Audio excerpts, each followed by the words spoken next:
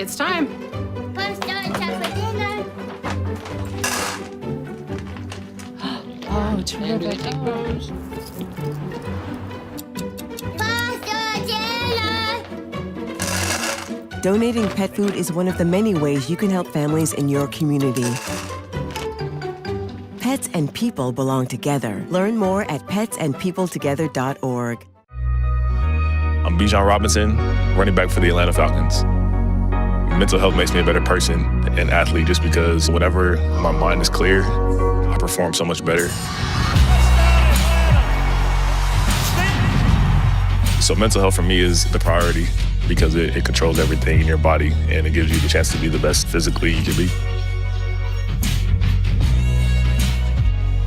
My dad was a farmer, and when I saw him on a horse, the guy was bigger than life. One of the things that he had a hard time doing was showing the emotion. Maybe it was because the way he was raised or believing that men provide and they don't struggle. But we all struggle.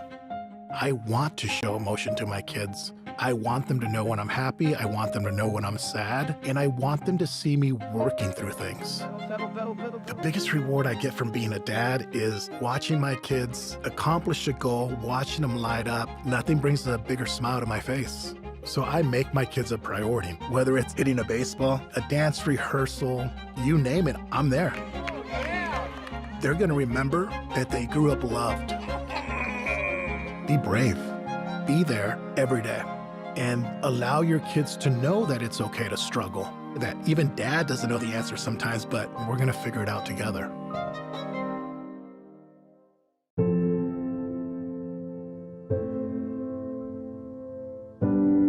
Okay, so before we come over, can I ask a few questions? Yeah, sure. Do you have any pets? Yes, we have a dog, but she's little. Do you have any unlocked guns around the house? We do have a gun, but it's stored securely, locked in a safe that the kids can't access. I appreciate you asking. Yeah, of course. So does Friday work? Sounds good to me. All right, we'll bring pizza.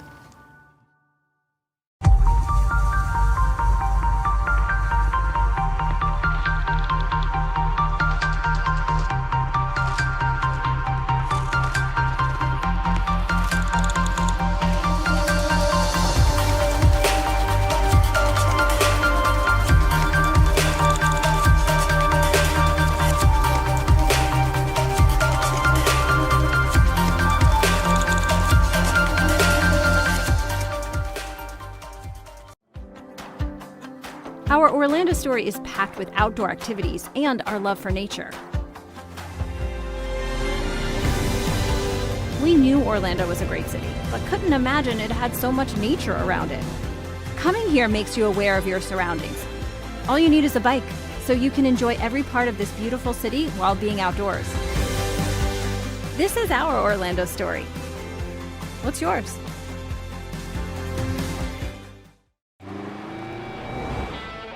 Americans, we can do anything we want, except one thing. We just can't stop being American. Because since that revolution they said we'd lose, we just couldn't choose to stop being American. We put Hemi V8s back on the strip and packed 8 layers in a 7-layer dip. We're body slams and blue suede shoes, rock and roll, jazz and blues. Rockin' mullets and Rat Pack suits, even our grandmas have tattoos. We're NASCAR, rock stars, rodeo, monster trucks, and power boats. Welcome to our epic show. Keep winning on Sunday, move horsepower Monday, shake the earth and carve terrain, rock the anthem like Kenny Wayne. So get out there, take your swings, burn rubber after the American dream. Rev your engines and let freedom ring. And never, ever, ever stop being American. Nothing stops America, and nothing stops Ram.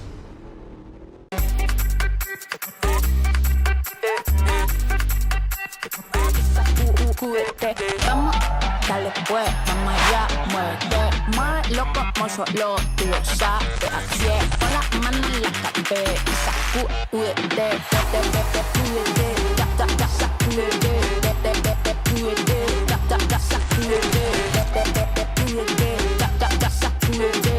sacúdete, mira, sacúdete. The Southeast Sports Network is now on Amazon Fire TV. Now you can download the SESN app and watch on any Amazon-enabled device, such as your Fire Stick. The easiest way to download the app is to go to our website, find the Watch SESN tab, and click Fire TV app. Then just select your device from the list. That's it. Free and easy. Enjoy watching the Southeast Sports Network on your Fire TV, Fire Stick, or Fire tablet with just a few clicks.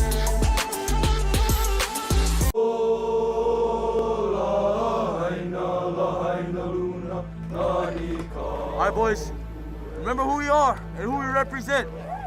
It's not about a place, it's about a people. Yeah! And we hit the field like woo, woo, woo. All day like woo. All night like woo, woo. New job like Damn. We the boys like woo. Our time like woo. All fast like woo. We favorite. Okay, Mom. You alright, baby? Honolulu like woo. Chattanooga like woo. Downtown like woo. West Side like woo. Japan like woo. Brazil like woo. All day like, all night like, all day like, all night like, all day, all night, all day, all night, all day, all night, all day, all night, all day. Hey, whoa, what is going on here? I go where Saquon goes. Get out of here. Mental health plays a big role in the game of basketball. The preparation it takes just leading up to a game. Mentally, you have to be totally focused, totally engaged, and away from all other distractions. Because any other distractions can get you off kilter. It's very important for our team to prioritize mental health. You have issues or problems, go speak to someone about it. Open up, don't shy away.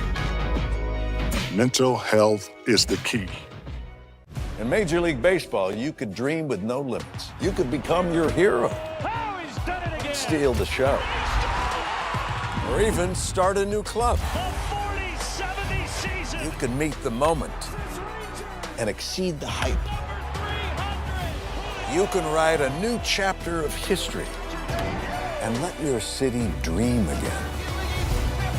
This season, anything can happen. There is a moment in your life when you decide. Your favorite teams, your favorite live streams, your favorite highlights. Be sure to engage with us. Find us now on YouTube at NSBN Sports or visit us at nsbnsports.com.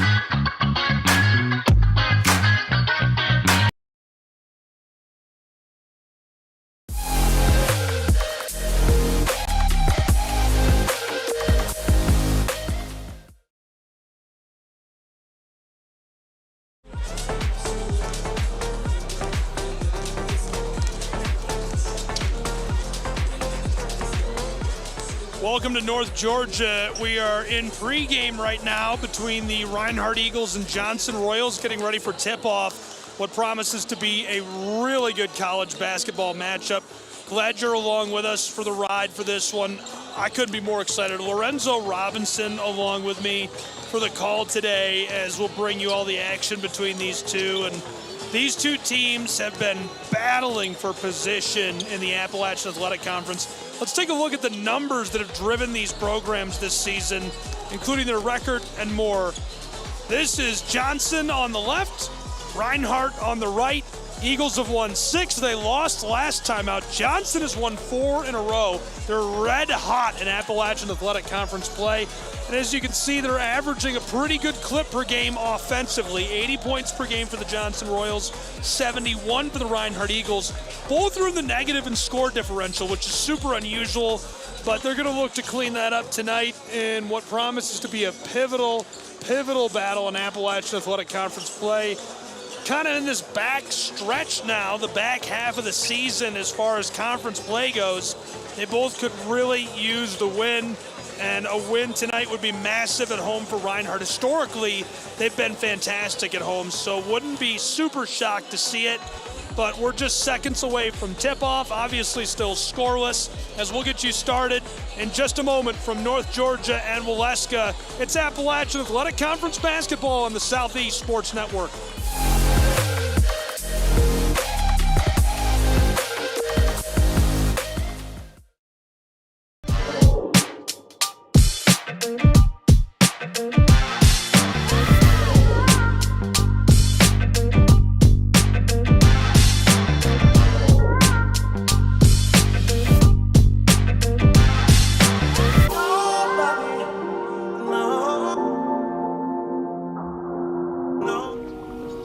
I'm worried about Mom. Mom? She's fine. These are the ones, right, Mom? Yeah, groundlings. Sweet potatoes. Daddy, it's salty. Some things come with age. And some don't. Early detection of Alzheimer's can lead to better care for your loved one. Learn the early warning signs at 10signs.org.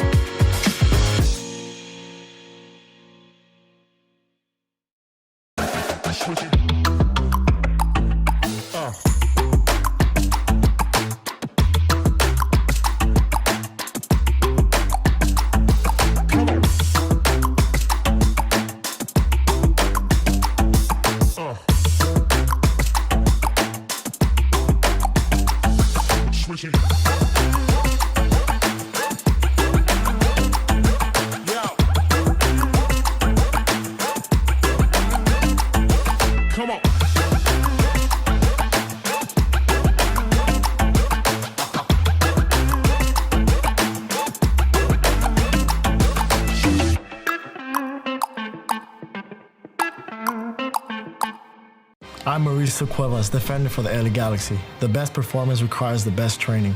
That's why we trust AstroTurf. AstroTurf delivers unparalleled ability, safety, and playability, ensuring every match and session of training is fast and exciting. As a proud partner of the LA Galaxy, AstroTurf continues to provide world-class surfaces, fueling the future of the game.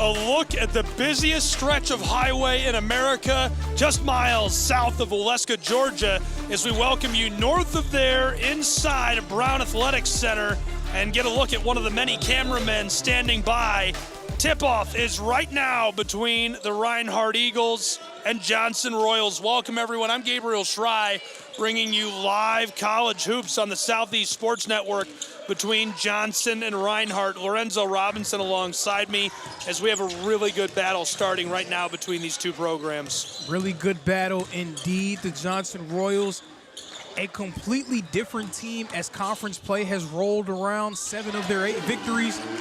Meanwhile, the Reinhardt Eagles, led by one of the very best players in the conference in T. Williams, trying to pull off the upset. 2-0 Reinhardt. They hit the early 2 ball.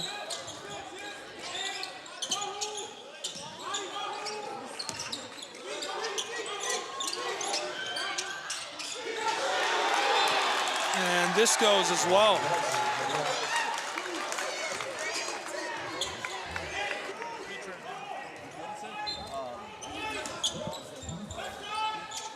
Flicked across to one of the best players in the AAC, Mason Lockhart, who battles his way inside and equalizes us for our first tie early. And he's such a difficult player to stop down low. His size, his touch around the basket. Reinhardt, they do not sport a typical 5-man, so there's going to be an interesting matchup for them. T. Williams and Derek Brown will draw the assignment. Punched away as it rolls into the backcourt, and Ariel Jones, the freshman, has to chase it down.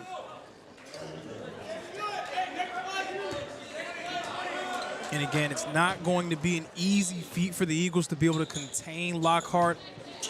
Not a team with a traditional big man, and he's really dominated front lines all season long, so he seems to be in line for another big one today.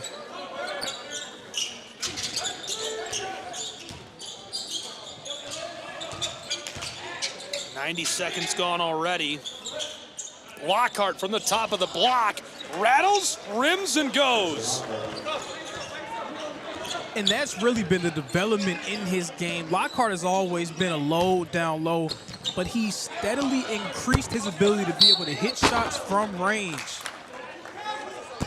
Hitting a nice little mid-range jumper.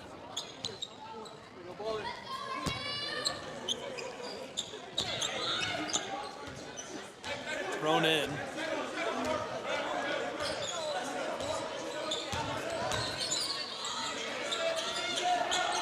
Entry feed for Reinhardt along the baseline.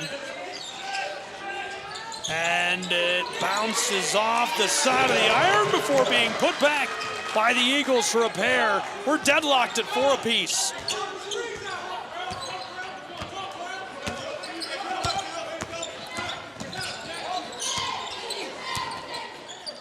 These guys are determined to kill you and I as Jamar Brown goes back and regathers the ball. Almost got hit for the 2nd time in our first couple of minutes. Hey, keep your head on the swivel, man. I'm telling you, it's expensive equipment. Headed the other way. Reinhardt on the offensive end of the floor. Lets it go and knocks it down. Derek Brown, the senior forward. And Derek Brown, very effective in the mid-range. Reinhardt's most consistent mid-range jump shooter.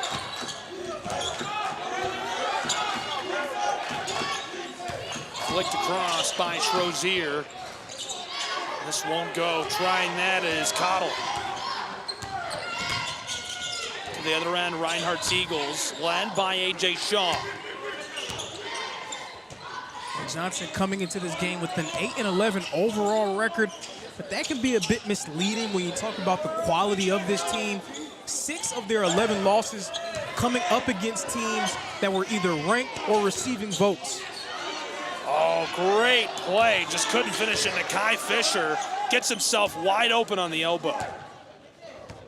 The Eagles, they do have multiple players that can score and get a bucket for themselves and others.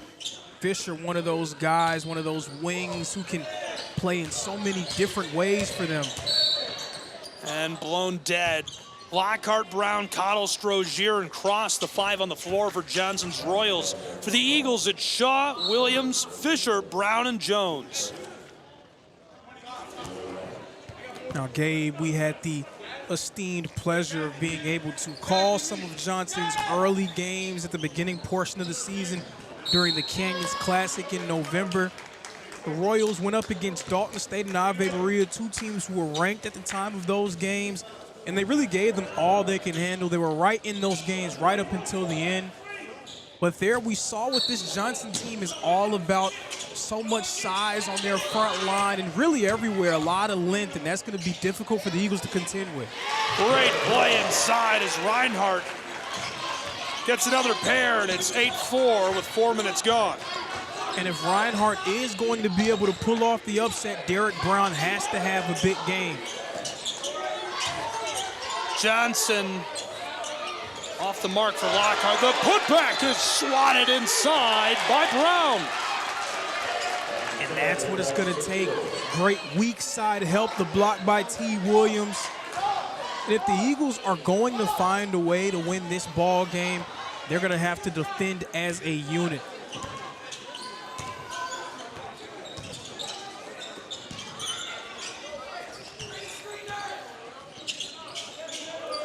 Pitched across and poked loose in front of the scorer's table. Johnson Royals, he's fouled as he tries to take it off the window. Jamar Brown with a highlight reel play.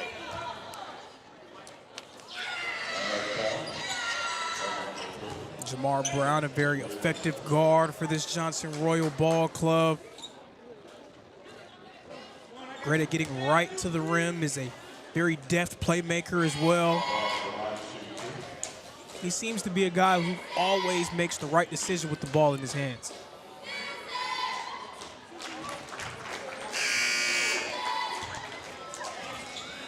Brown this season at the line has gone 75%. Now 42 of 56. Seen a lot of Johnson this season, covered them at the Canyons Classic. They were at the show in Kingsport, Tennessee, had their game against St. Thomas and IU Kokomo. Very familiar faces on SCSN as he knifes his way through and goes down hard. Royals get the ball to Brown, who flicks it to the corner. Wide open look as he nails that from downtown Waleska. Cottle hits the three ball.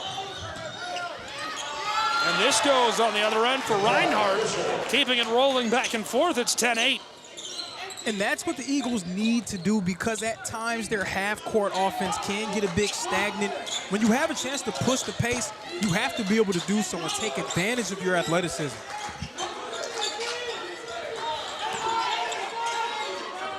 On the way, this goes. Cottle, unbelievable long two.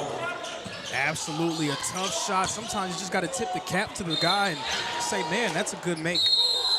Big collision down inside as Fisher hits the floor.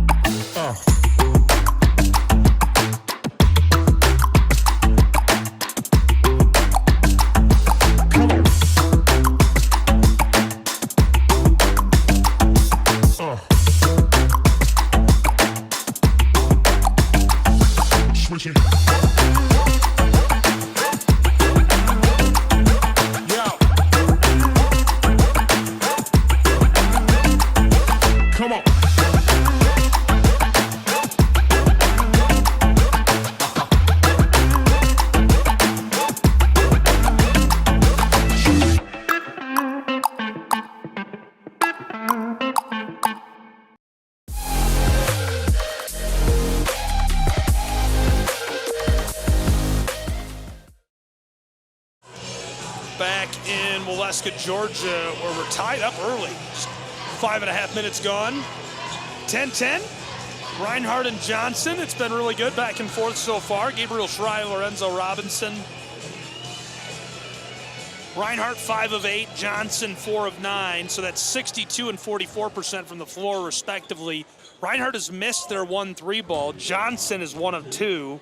The Eagles at the stripe for the first time, as the first will go, knocked down by A.J. Shaw. Johnson, they're not really a team that's known for their long-range prowess, but they are second in the conference in rebounds per game. A lot of that due to the play of Mason Lockhart, top 3 in the conference in second chance points per game and points in the paint. They just wear you down with their size and length.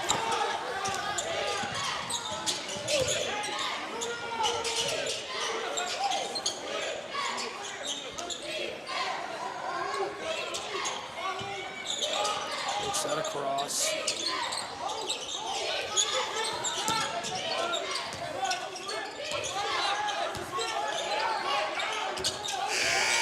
And the shot clock for Derek Brown and company.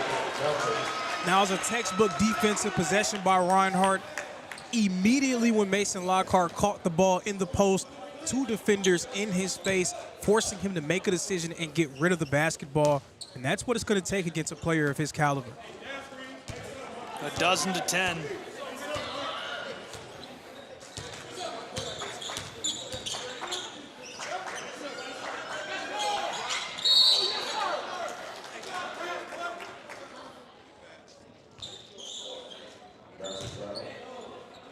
T. Williams, we talked about Mason Lockhart being a difficult matchup, but Williams is a difficult matchup in his own right. Stands at about 6'7", but has a guard-like game, can put the ball on the floor and make plays. Also comfortable shooting the basketball from the perimeter. Coaches really struggle with trying to figure out the ideal matchup for him, and that can lead to some big scoring nights.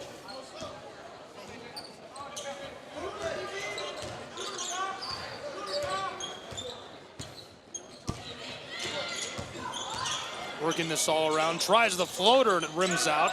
Kept alive, back out front, Cottle. 3-ball rolls off the side. Reinhardt Eagles on the fast break, gonna try to score quickly. The handoff on the wing, Fisher gives it on the straightaway.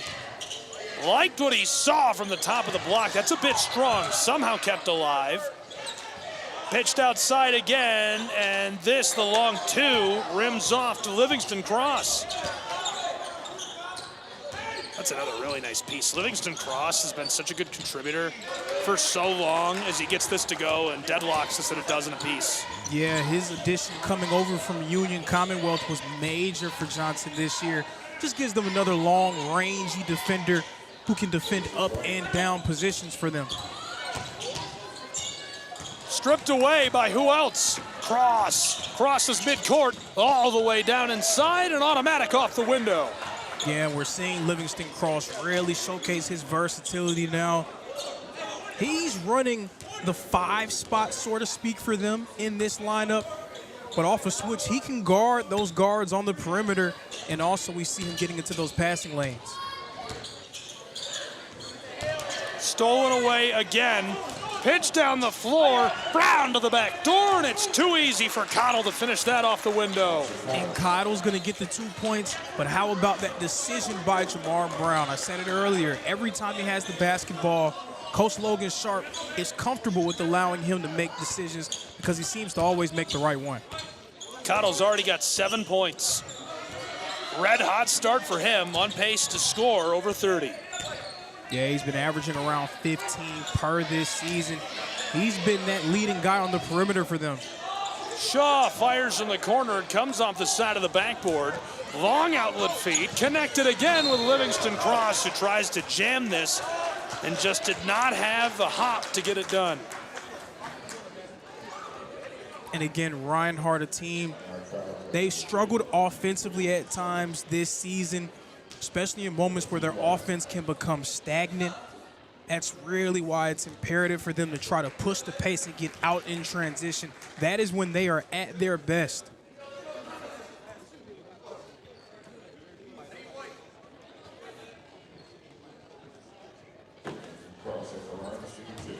Lined up to shoot a pair. What a run the Royals have been on.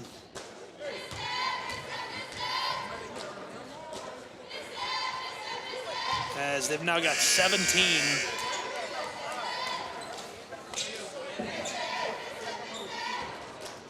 So I said that Reinhardt really needs to try to push the pace. Well, got 3 guys who are very athletic and guys who are going to try to get up and down the floor coming into the game. Blake Seitz, Arreo Jones, and Khalil Cook. Also with Jackson Souza and Derek Brown in the game. Look for this group to try to give the Eagles a shot in the arm of adrenaline.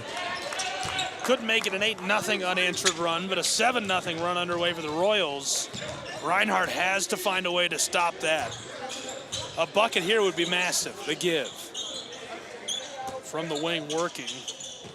Dished across, wanting to fire is Brown, the forward, as he's fouled. I just love seeing Derek Brown work inside the arc. A smooth operator in that mid-post, mid-range area. The footwork to get the defender on its feet, drawing the contact. He averages a dozen per game, 77% at the line this season. And coming into this year, it really seemed like he was going to be that guy next to T. Williams to lead the charge. There was a point in the year where he sort of fell out of favor and fell out the rotation with Coach Morgan. Really during that Canyons Classic, he was challenging Derek Brown to be better on the defensive end. Derek Brown responded by being named Defensive Player of the Week in the AAC this season.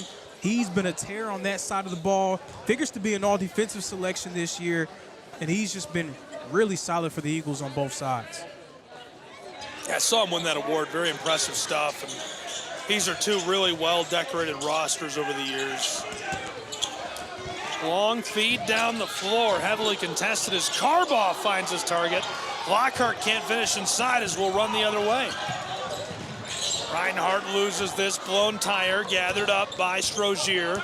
Jacoby's got a convoy. He's going to try it himself, but goes wide. Put back by Lockhart finds the twine as it's 19-13, and the run continues. Right now a 9-1 run for the Royals. Johnson missing the three-pointer, but right on cue, the offensive rebound. One of the best rebounding teams in the conference doing what they do best. Oh, Mason Lockhart pummels the basketball, sent that orange back to Florida. And Lockhart, one of the league leaders in not just rebounds, but also blocks, showing you just why there with that denial. The denial felt like annihilation. That is criminal.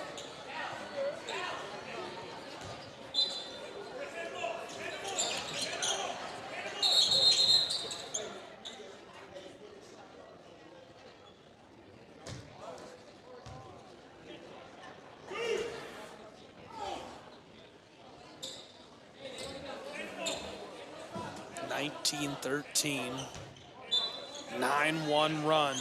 Reinhardt's only point in response from the line. Eagles, ice cold shooting from the floor on this end. They've got to find a way to get the lid off the basket. And a lot of your turn, my turn basketball. It's been very disjointed for the Eagles right now. You know that that's something that Coach Morgan is going to want to discuss in this timeout. They're going to try to get it together. We'll see what they can do as the Royals lead by 6 on SCSN. All of the ways to watch your favorite local and regional sports. Join us now on Twitch TV. You can also find NSBN on Amazon Fire TV or visit us live on YouTube as we stream games there as well. Another fan favorite way to watch is NSBNsports.com. You can also find us through our NSBN app, free to download from the Google Play Store, and Roku TV, where you can find all of our content. NSBN Sports, visit us at NSBNsports.com.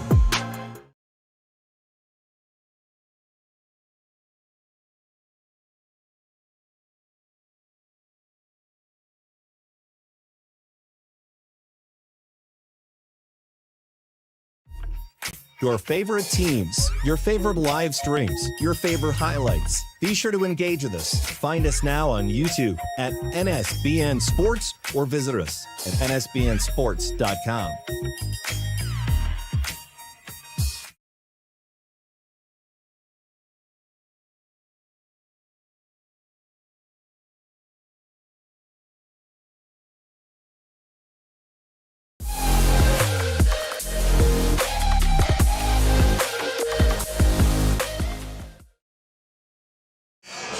Back in Waleska, Georgia, Reinhardt 8 trips to the offensive end, 8 possessions in a row without a score. That includes 3 turnovers and 5 missed field goals. That's what I was saying before the break. You know, they've done a lot of things really well this season. They just have to find a way to finish that execution on the offensive end. And that just cannot be, especially going up against a team in Johnson that appears to be ascending at this point in the year. You have to be able to find a way to string some sort of offensive continuity together. Johnson, on the other hand, is on an 11-1 run. Reinhardt Eagles.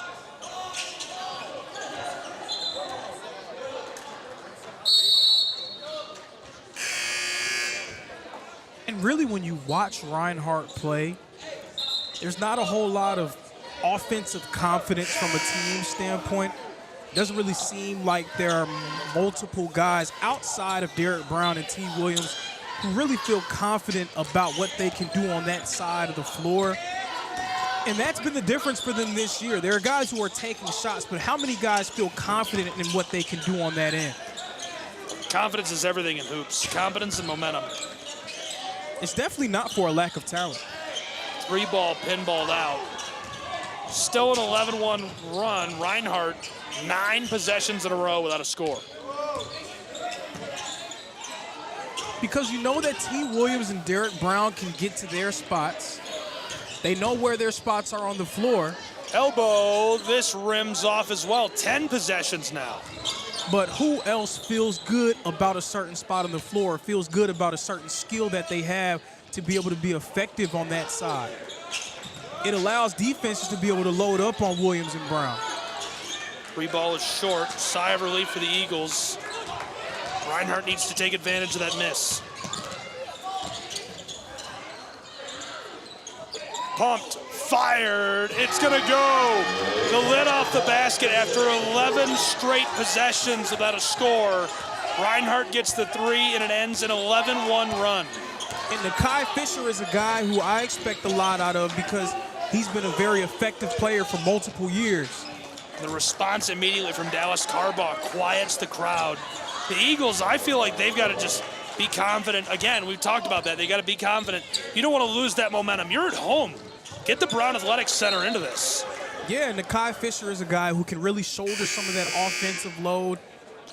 He can put the ball on the floor, make a play for himself and others. As we saw there, he can hit the long-range shots.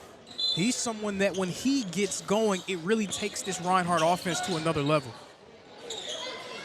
Eagles from the front court, worked it to the corner. He'll drive the baseline. Ball is poked out, trying to keep it alive. Reinhardt in danger of a jump ball, and there is the call from Stripes. They've been really quiet tonight, which I think is the perfect way to officiate. Let them play. Just my own little bias. I love a little quiet officiating. Referee is Owen Ferris. The umpires are James Shaw and Gerald Morgan. And when I tell you, I had to pry that out of them. They did not want to tell me their names. Well, that could be a good and a bad thing. Right? I understand. I mean, you probably are used to not hearing great things, but I think they're doing a great job. Still early. Man, you were ready to let Tubbs have it, and she nailed it in the women's game. Absolutely. She nailed it. She crushed it. It's a thin line between good and bad for officiating. You can make the perfect call on one, and then the next possession just absolutely blow it, and that's all people will remember. It's Tony Campbell, the head coach of the women's program, right on cue, walking on the floor. We had David Gillum along with Terry Tubbs officiating that women's game, and David Gillum is the longest tenured basketball official in the Appalachian Athletic Conference. Tony Campbell, who you just saw cut across the floor, is going to join us as there's a foul down inside. Tony has been with Reinhardt for his entire basketball career as a player, correct? No. Well, all right, I'm just going to get out of here then. I don't. Did I get that wrong during the women's game? Didn't you play at Reinhardt? No, I did not. Yeah, I played at Kennesaw State and Georgia Southwestern. Bro, how did I not know that? Why did I think you... Was that Justin Newton that played here? 3-ball goes to the Reinhardt Eagles. Did Justin Newton play here? I don't think so. Bro, I'm leaving. I'm going to unplug my headset and leave. So I did know you played at Kennesaw State. yeah, but Kennesaw State and Georgia Southwestern. Yep. This is off the mark. Commanding win against Johnson on the women's side in our first game of the night. And you have built a crazy good women's basketball program at Reinhardt University. What would you say have been some of the biggest challenges for you that you've been able to overcome? Is it recruiting? Yeah, I mean, obviously you got to get players. So recruiting is always big. You know, it ain't X's and O's, it's Jimmy and Joe's. So you got to have the players that can execute whatever your vision may be. Well, it was wild to watch. You know, one thing you mentioned before the game, it's crazy. We had like a 90-second conversation right before tip-off, and you mentioned that the girls are pressing on their own, and it worked so well. I mean, they were just a menace to try and pass against. Yeah. So we talking about pressure, the ball a lot on defense, so just making it tough, just competing on everything, okay, making nothing easy. And, you know, lately the girls have been, you know, I always say pick them up at half court. Lately, the girls have been picking up full court on their own and doing a great job of it. So it's been good for our team, and they bring a lot of energy. So that's on them. They're really trying to win this ring that we're still trying to chase. And obviously, your program has been fairly consistent over these last few seasons. But you've also lost a ton of talent, some of the best players in the conference, players like Ashley Woodruff, Maria Sanchez Ponce, Tara Gibson, who's now on your staff. The list goes on and on. How has it been for you to be able to sort of replenish and refresh your roster every season and always field a competitive group? Well, that's a great point. Like, a lot of great players to play here. Number one thing we always talk about is defense. Because then if you're playing defense, even when you're not shooting the ball well or anything, you can win games. So with us playing defense, that helps us win. And when you're winning, players want to come play. You know, and I think we have a pretty fun environment to play in. We always talk about work, but it ain't got to be like painful or anything. We work, but we try to make it fun. And then a lot of times, you know, when our players will help us recruit, like, you know, because they enjoy playing for us, they'll talk to their friends or whatever like that. And, you know, some of our better players have come from recruiting just through players that's already on our team. Yeah, and talk about that, just having players help recruit. How about having two players that grew up in the same household? Oh, yeah. Yeah, Two for one deal, huh? No doubt. Well, I remember seeing, you know, our former assistant showed me Lana on a tape one time, and I watched like 3 minutes of the video, and I was like, all right, let's get her. And it's probably the quickest I ever knew I wanted somebody. Lana's super athletic. She plays hard. And then, you know, I think she kind of taught this up to her sister. And, you know, and we had already seen Chloe as well, and we really liked her a lot. And she has some offers to even go at a higher level, if you want to say that, Division II kind of stuff. And had a couple of offers from there. But she wanted to play with her sister and trusted me enough to help grow her as a player. So I'm glad they're both here. Yeah. So at this point of the year, you're now in a three-way tie for that top seed in the AAC, trying to clinch that automatic berth into the national tournament. What's the message to your team as the calendar gets ready to flip to February, knowing that you control your own destiny to achieve that #1 spot? Yeah, our message is real clear. We can't give up anymore. You know, we won our last 10 games, and we got to keep winning. We can't lose any more games if you want to keep your destiny in your hands. But to be this late in the season and to control your own destiny is huge.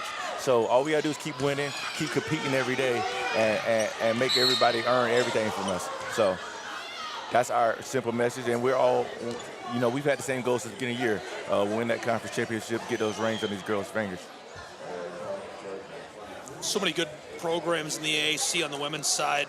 Who do you have a lot of respect for as a coach? Who are some of your favorite coaches and programs that you battle every year? Man, it's a lot. You know, Kylie's doing a great job at Milligan. She always does. Obviously, the Brian staff, he's doing an amazing job.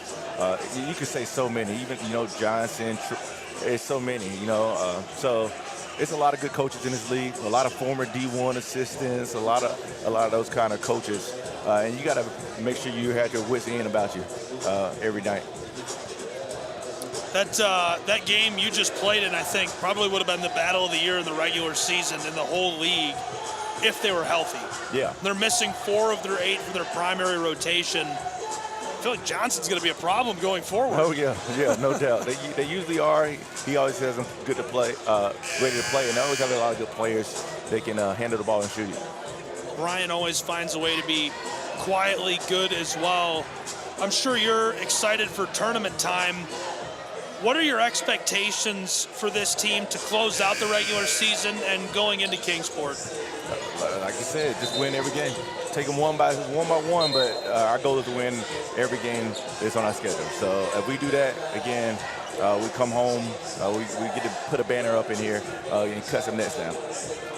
Now, who's a player that you have that may not be getting a whole lot of attention right now, that may not be someone that people are looking at, but someone that you feel will be very critical to your team achieving their success going forward? Man, I can name two off the top of my head. Audrey, she comes off the bench for us, and she's a great defender, and she can just do everything. She can score it, she can pass it, she's really good. And then our young point guard, McKinley, she's been really good. She's the first time she's ever played point guard, and she can really get to the basket, and also just a great defender. So those two spearheading our defense. Both come off the bench. And then we got a lot of shooters that come off the bench to help us out, like Taylor and Tria. They can really help us out and can explode for a lot of points. Stolen away. Connell on the last trip hit that deep three. Now from the corner, bangs home another into the bottom of the net. What a run for the Royals. They were trailing early. They go on that 11-1 run as Reinhardt has 11 empty possessions in a row. And now on another red-hot run. Coach, when you're on the end of a run like that, I mean, obviously you can take a timeout, but what are some tricks you might use to try and get the lid off the basket? Yeah, obviously try to get something close to the basket. You know, run one of your pet plays, one of your plays that's designed to stop a run, and obviously get a lot of motion there. For them, they got to get T back in the game. I know he got 2 fouls, but you're trying to save it for the second half, but it won't matter in the second half if we don't, try to edge his lead out, and he's your best player, especially offensively. I think we got to get him back in the game. Tough challenge ahead. What would you tell young women tuned in right now that are star basketball players in Georgia, Tennessee, Kentucky, the Carolinas, Florida, that are interested in Reinhardt University? What would you tell them about your program? A couple things. First of all, we're gonna work hard.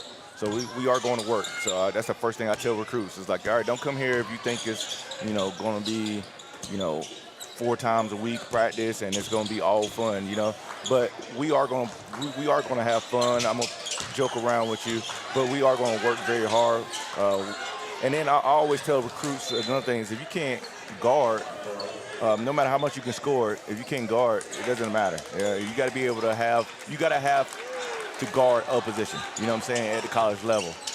And that's where some girls don't always, understand or reason why some of them, struggle when they first get here, because they've been the best scorer on their team. And you could be a great scorer, but if you're giving up points on the other side, it ain't gonna matter. That's one of the secrets I always tell people. I got a secret. Half of this game is about defense. And you always hear about the offense, but half of it is defense. You don't get no subs. It ain't offensive and defensive line. You got to be able to play both. So. And that's always been something that I've been very impressed when it comes to watching your teams play. Even when you have one guard that may be a better scorer, one guard that may be a better playmaker, they all sort of play the same way where they are always in the face of the offensive players, so much ball pressure. So that seems to be a prerequisite for you before you even touch a recruit. You have to be able to know how to guard. Yeah. If you can't guard or if you're not athletic enough to guard, it's going to be tough for you to play here, just because I'm going to have people, we got to play defense. So, and again, I can teach you how to play defense if you're willing to work at it and everything like that. And you can get more athletic, and, we do a lot of stuff where we're training, your hip and getting stronger right there, trying to make you quicker. So, again, if you're ready to work, pretty much everybody can play defense. Now, the level of defense that you can play obviously is going to come from who you are and how athletic you are and all that good stuff. And grittiness, toughness, that kind of stuff. Well, there's a play for Amir Green-Jones who might get the lid off the basket for the Eagles, as that could put an end to their scoring woes, but Johnson trying to keep the foot on the gas. Great defensive awareness right there for him. Flipped across. 3-ball rims out on Jamar Brown. 15 points, speaking of offense, for Cottle. Through, has the lane, and couldn't get it as we get the whistle down low in the block. But that's what Reinhardt needs to be able to do. They need to be able to play with pace. That is when this team is at their best. The half-court offense is stagnant at times. It's been that way all season long. When Reinhardt is able to play their best offensively is when they can get out on the break and use their athleticism. And that's another thing we talk about. Like, if you want to get on the break, you got to get a stop. You can't get on the break if they're scoring, you're taking the ball out of bounds. But if you really want to run, get a stop. Then you can go out there and run and, you know, get shots up, get threes, get layups. So that's another bonus of really getting stopped. Coach, do you have a favorite play in basketball? Favorite play? Favorite play? Is there a favorite I don't know if you want to. I don't know if you want to throw it out there. Yeah, actually, maybe don't say that. I mean, the 4-pointer that Mari shot today was pretty nice. Yeah, so that was nice. Yeah. I'll give a 4-pointer for a coach is always nice. That's, you know, so yeah. Oh, it rolls and goes after the whistle. Caught a travel on that. That is tough. Yeah. to the naked eye, it looked like a really good move. Listen, I'm okay with the call, but yeah. I love a good, crisp pass through traffic. Yeah. Not quite a 3-man weave, but just a rifled pass down in there and a layup. Yeah. So, ooh. Yeah. Good feed, and this goes. But I love that 4-point play and a charge. Who don't love a charge? What coach don't love a charge? You know, it's not just the whole team. Yeah. So we got a rule: if you take a charge and the whole team don't stand up, well, you're running. Okay, so you know, because that person is sacrificing their body for our team. You know, and that's how big it is. You know, so that's a huge play. That's a turnover and a foul on one of their players, and we get, you know, so and it makes it tougher to you think about going back in there if you already got a charge on somebody. So that's always a big play. Johnson has continued to be red hot in this first half. Reinhardt has brought it back within 9, a single-digit game. Their largest lead, 16, is Derek Brown, the senior, gets the steal behind the back and 3 as he climbs the ladder to the twine to make it a 7-point game. Yeah. And Derek Brown, a guy who, again, is going to get some all-defensive recognition this year, and deservedly so. On the way. And the whistle as Reinhardt's crowd goes nuts in Waleska. And you said it, Gabe. Eagles needing to get this Brown Athletic Center involved. This is a different team when the energy is palpable in the crowd. And you can tell those guys sprinting up off the bench, they're ready to get back into this ball game. And you can't lose them here. You've got the crowd involved. I mean, Coach, this is your home venue, too. How big of an impact does it play to have the home crowd involved in the Brown Athletic Center? Man, it's huge, man. We love when the crowd is loud, and we got a lot of people in here. The last couple of games, we've been very good crowds in here, so it's been huge helping our girls and the guys fight through it, and it brings energy. It brings energy, and we are better defensively. I know we are when our crowd is yelling and out there making a lot of noise. So it's always great, and support is always greatly appreciated. Just over a minute still to play in this first half. How important is shaving a couple points here? Oh, no. Again, I think they already did a great job. You were down, 17? Yeah, down 17. And then, like I said, you get T back in the game.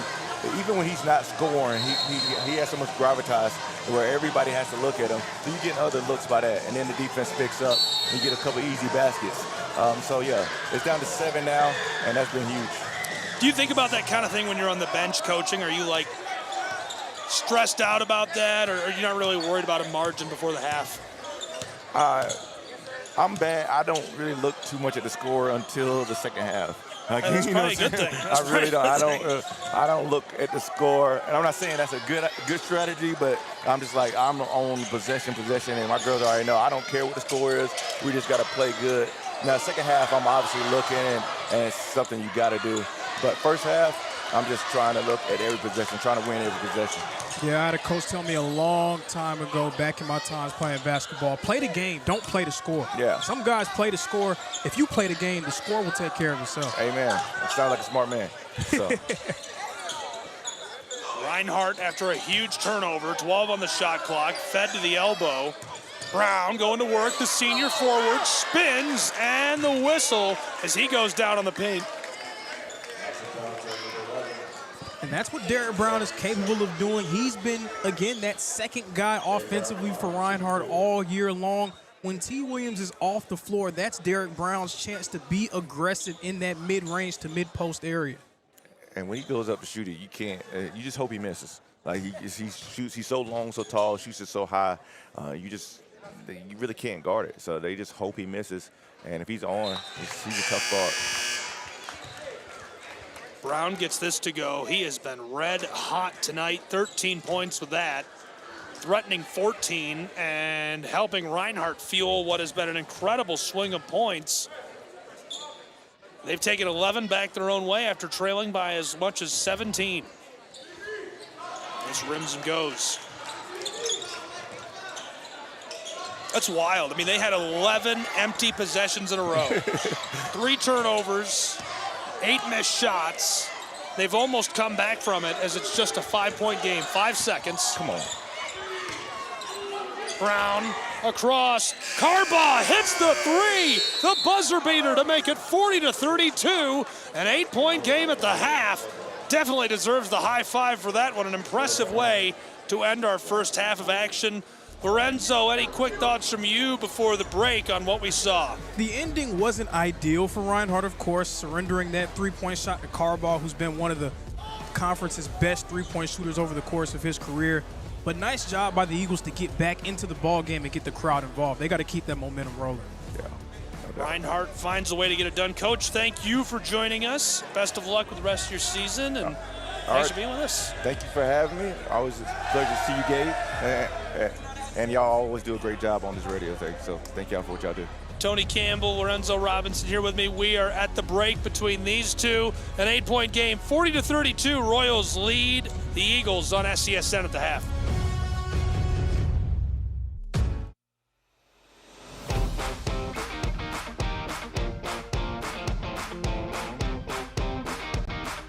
The Bays Mountain Park Adventure Course. Gear up and climb the Hawk's Nest. Work together as a team to complete 4 high ropes challenges, all while suspended 40 feet in the air. Finish with a zip through the canopies on our 310-foot zip line. Our ground course features 9 exciting challenges and is perfect for large and small groups. The Bays Mountain Park Adventure Course. Thrilling fun for group events, parties, and field trips.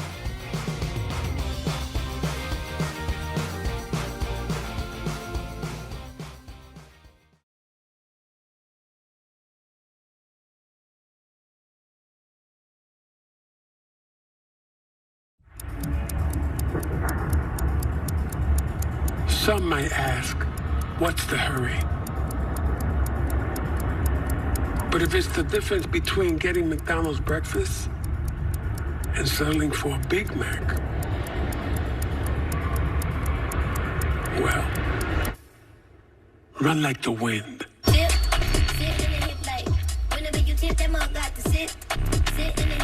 Ba-da-ba-ba-ba.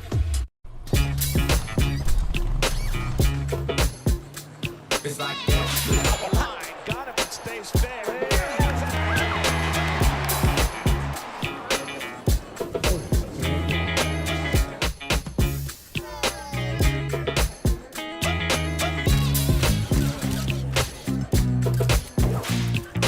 Everybody feel it, come around with the rhythm, it's a sound. Everybody get down when we bring it to you. It's like that.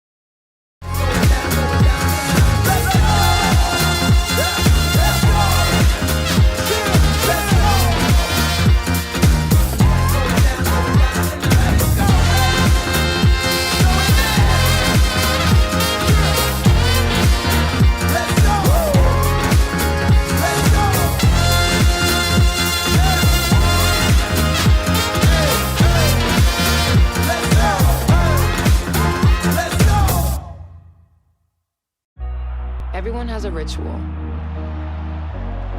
That small thing to keep us focused. A habit we never skip. To clear our minds and elevate our performance. But what do you do to keep your head in the game?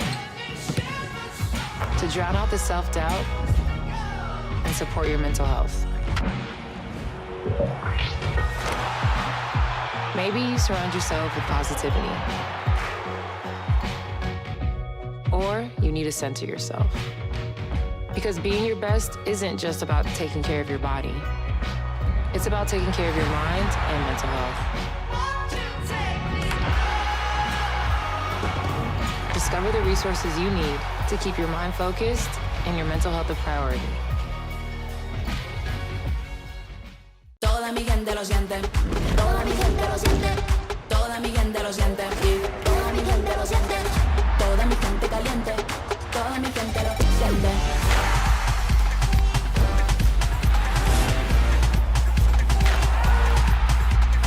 Toda mi gente suena. En la favela suena. El techo se me llena. Toda mi gente lo siente. I'm Mauricio Cuevas, defender for the LA Galaxy. The best performance requires the best training. That's why we trust AstroTurf. AstroTurf delivers unparalleled ability, safety, and playability, ensuring every match and session of training is fast and exciting. As a proud partner of the LA Galaxy, AstroTurf continues to provide world-class surfaces, fueling the future of the game. Welcome to SESN, your ticket to the front row of the sports world, covering local, regional, and national events. We bring the game to you. Feel the excitement of every play, every score, every victory. Get your seat, get on air, and immerse yourself in the heart-pounding action. The Southeast Sports Network, where sports come to life. Hi there. I'd like to introduce you to McValue at McDonald's. With McValue, you can buy one and add any one of these for only $1. And look at that. You can do the same thing during breakfast. It's crazy. You see, at any moment in the day, McValue can take you to a place where a whole new menu of possibilities exist, inspiring you to order more from life than you could ever imagine. Take a look at your surroundings. Take a look at your environment. Take a look at your past decisions. Take a look at your present. Are you curious about the future? And setting your expectations at perfection is not a way for growth. So I'd use the word curiosity, and that's a long way to get there. But if you stay curious, I think you can get the most out of life's menu. Because if you don't, you're leaving some of those moments on the table. You gotta try to get the most out of life. You might just think McValue adds the power of choice to McDonald's menu, but it also adds the power of perspective. And depending on how you look at it, that might be the most powerful thing you can order. And while you're here, I can't wait to meet you. Ba-da-ba-ba-ba. The bravest person I know is definitely my dad, 100%. My friend Sean. My daughter Cynthia, and she was in the United States Army. One of the bravest things he ever did wasn't when he first enlisted, it was when he found his first support group. Our journey has not been easy. One of the bravest things he did was when he asked to move in with me and my mom. I felt like I was lost, and you gave me a place to stay.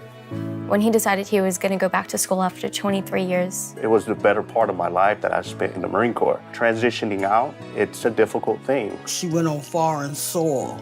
She went to war. But the bravest thing she did is when she asked for help. So I really appreciate it.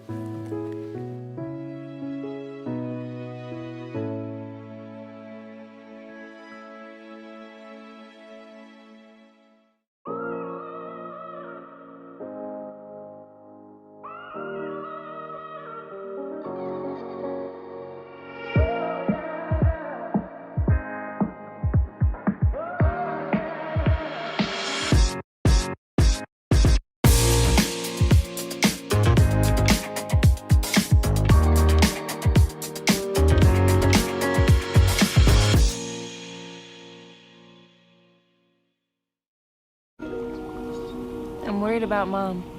Mom? She's fine. These the ones, right, Mom? Yeah, groundlings. Sweet potatoes. Daddy, it's salty. Some things come with age. And some don't. Early detection of Alzheimer's can lead to better care for your loved one. Learn the early warning signs at 10signs.org.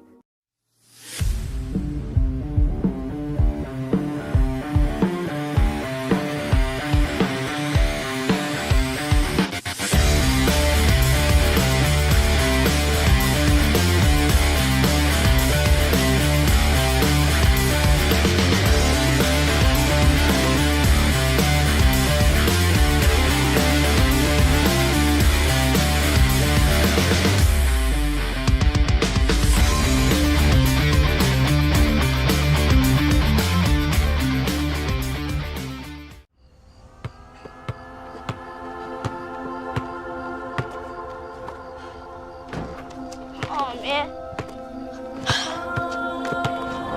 Come on, Emma. Come on, Emma. Where is she? Hey, do you need a hand? Oh, my God. Every time with his team, man. Alright, coach, put me on this, man.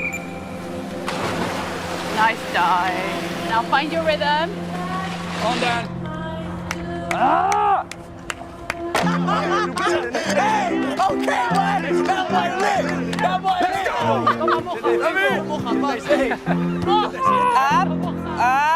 Okay, that's it. You got one more for you. Got you. Like the headway. Here she is, guys. She's coming, guys. Let's go. Good morning, Emma. I'm right here now. Come on, come to me, come to me. Turn me up, Onyedi. You're for Danny. Boss, man, I'm turned up right now, though. Oh, you're violating, man, honestly. Look at me. I'm done. You're good. Just don't forget what I sent you this morning. You are equipped. Don't allow anyone or anything to tell you different. I got something for you. One more. You can. I really can't. Onyedi, chin up, bro. You got a goal with you, man. The left back's gas. Come on, come on. Oh, come on, Sam. This is looking really good. You only got 10K left, okay? Your pace is phenomenal. Are you ready? Cam, it's all good. Take the hit, embrace it. You're here for a reason, baby. You are here for a reason, baby. Yes. 3, 1, 2, 3. Let's go. Mate, that was so sick. Come on, Emma. Final push, Emma. Come on.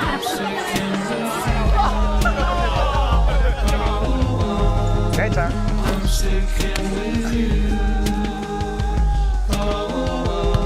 Hey, Edwards. MVP. MVP.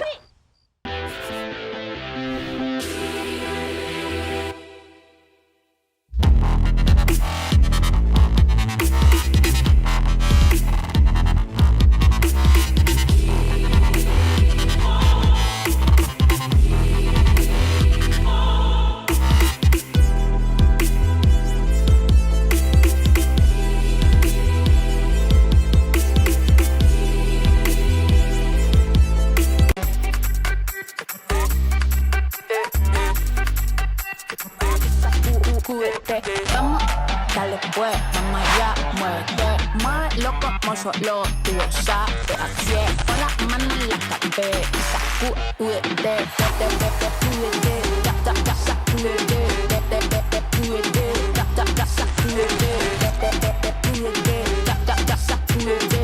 sacúdete, mira, sacúdete.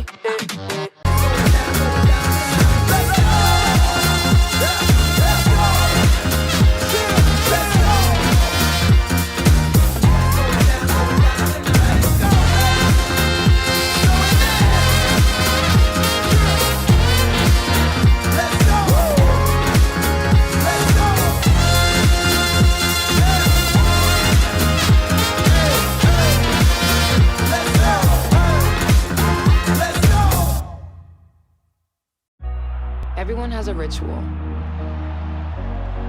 That small thing to keep us focused. A habit habit we never skip. To clear our minds and elevate our performance. But what do you do to keep your head in the game? To drown out the self-doubt and support your mental health. Maybe you surround yourself with positivity. Or you need to center yourself. Because being your best isn't just about taking care of your body. It's about taking care of your mind and mental health. Discover the resources you need to keep your mind focused and your mental health a priority. Toda mi gente lo siente. Toda mi gente lo siente. Toda mi gente lo siente. Toda mi gente lo siente. Toda mi gente caliente. Toda mi gente lo siente.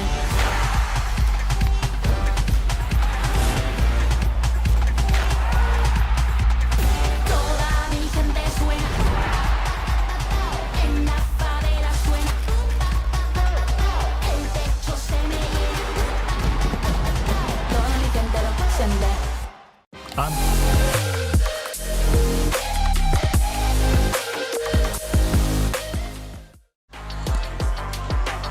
Welcome back. A look at the gateway to the south, and we are just north of Atlanta, live from Molesca, Georgia, where we've got Reinhardt battling it out with Johnson University in a close one, entering our second half of action on the Southeast Sports Network.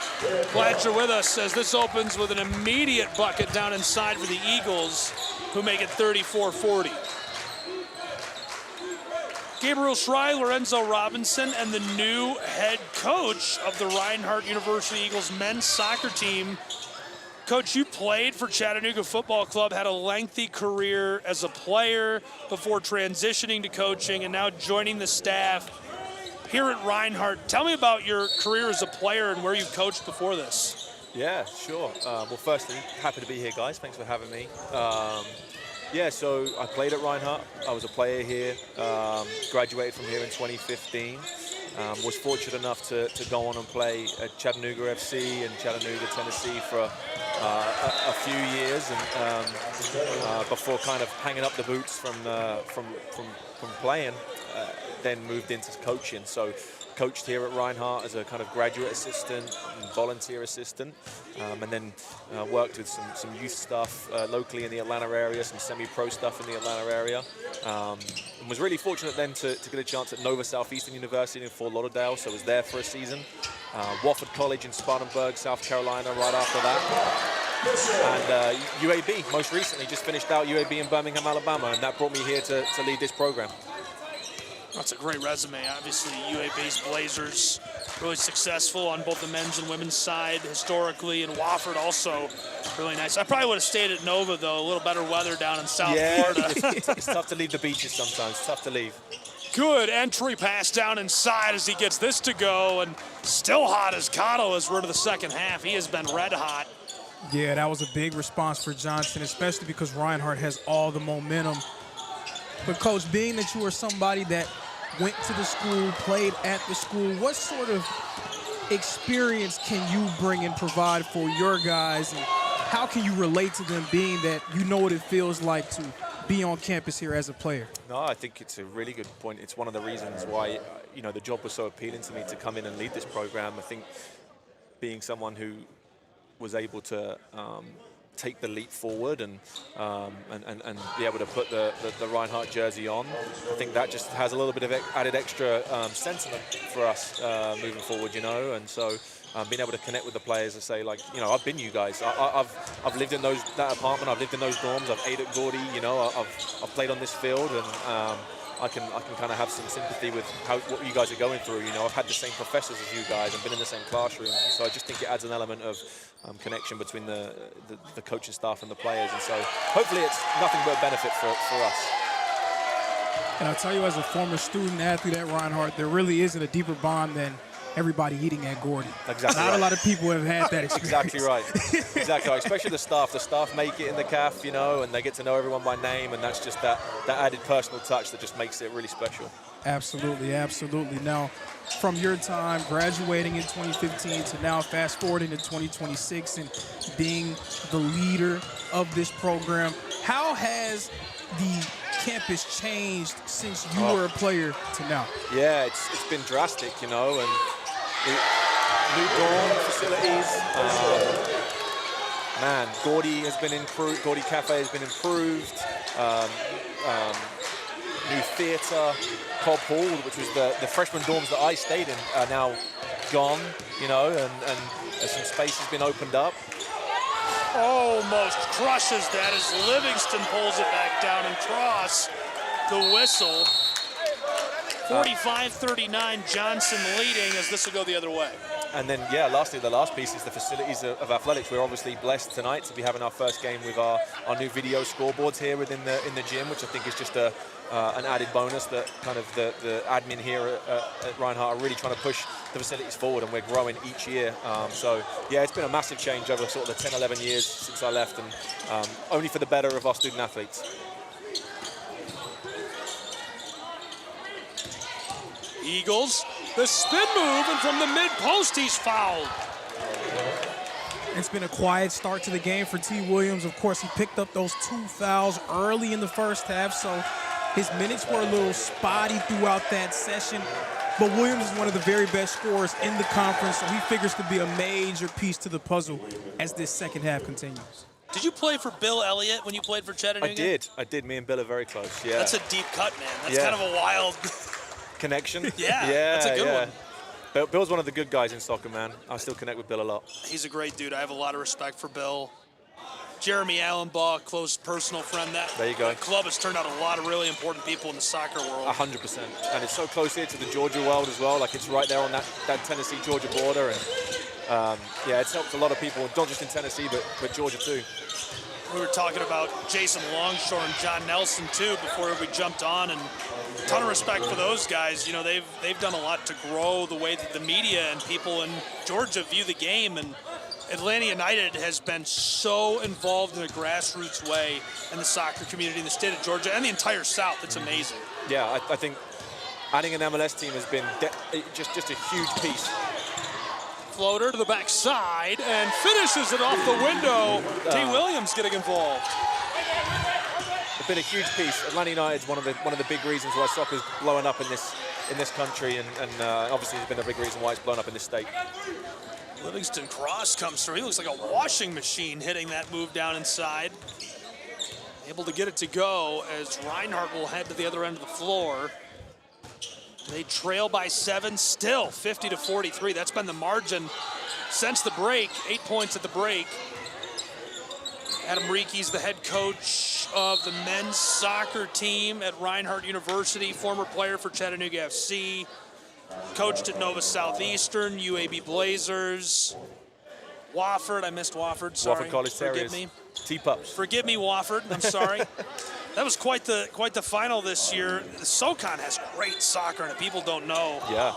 Man, Furman is one of the most iconic clubs, one of the most iconic men's soccer programs in the entire United States, and they had another wild one. Did you see the finish this year? I did. I watched it pretty closely, and yeah, I mean, you know, Doug Allison at Furman retires on quite the run this year, having had a stellar career at Furman.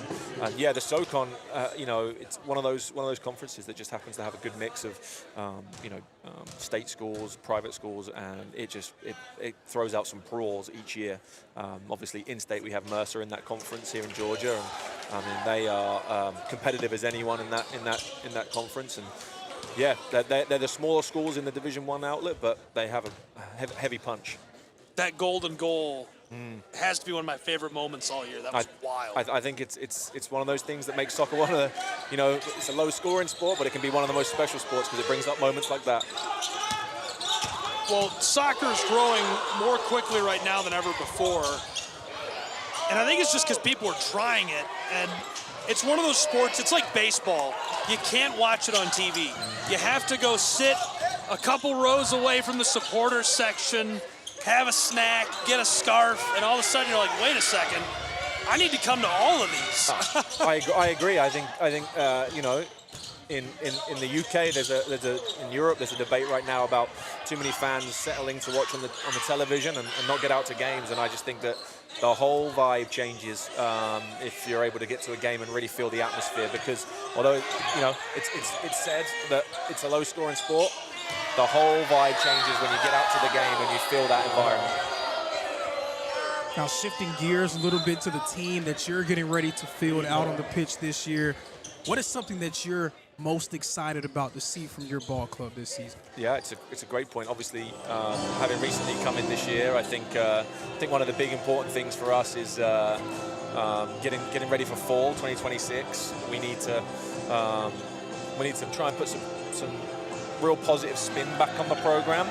I think there were some moments, in the past couple of seasons or on the past few years that maybe the program has struggled with some negativity around the program a little bit, and I think we just need to get some positive vibes going, and that's kind of my job as the head coach, is to really push the program forward. And one of those things is reinforcing that the guys need to work hard, do all the things that is required of a successful program.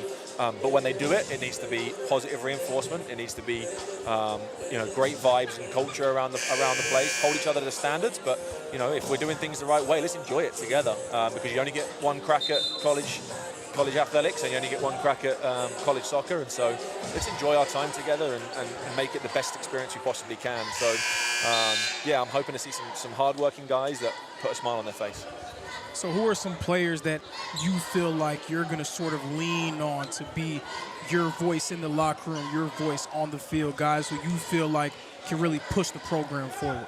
Yeah, that's a great question. I think there's a number of veterans that have been around the program, and juniors and seniors in the program this coming up season. I think we have Chandler Ramalane, who from South Africa, who has been in and around the college game for a long time and has worked really, really hard, trying to push the program forward.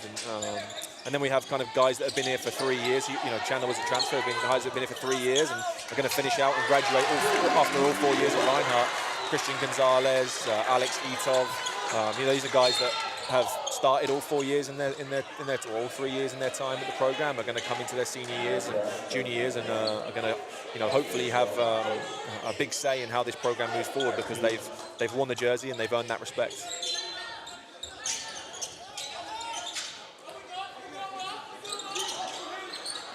Reinhardt's cut this lead to 4.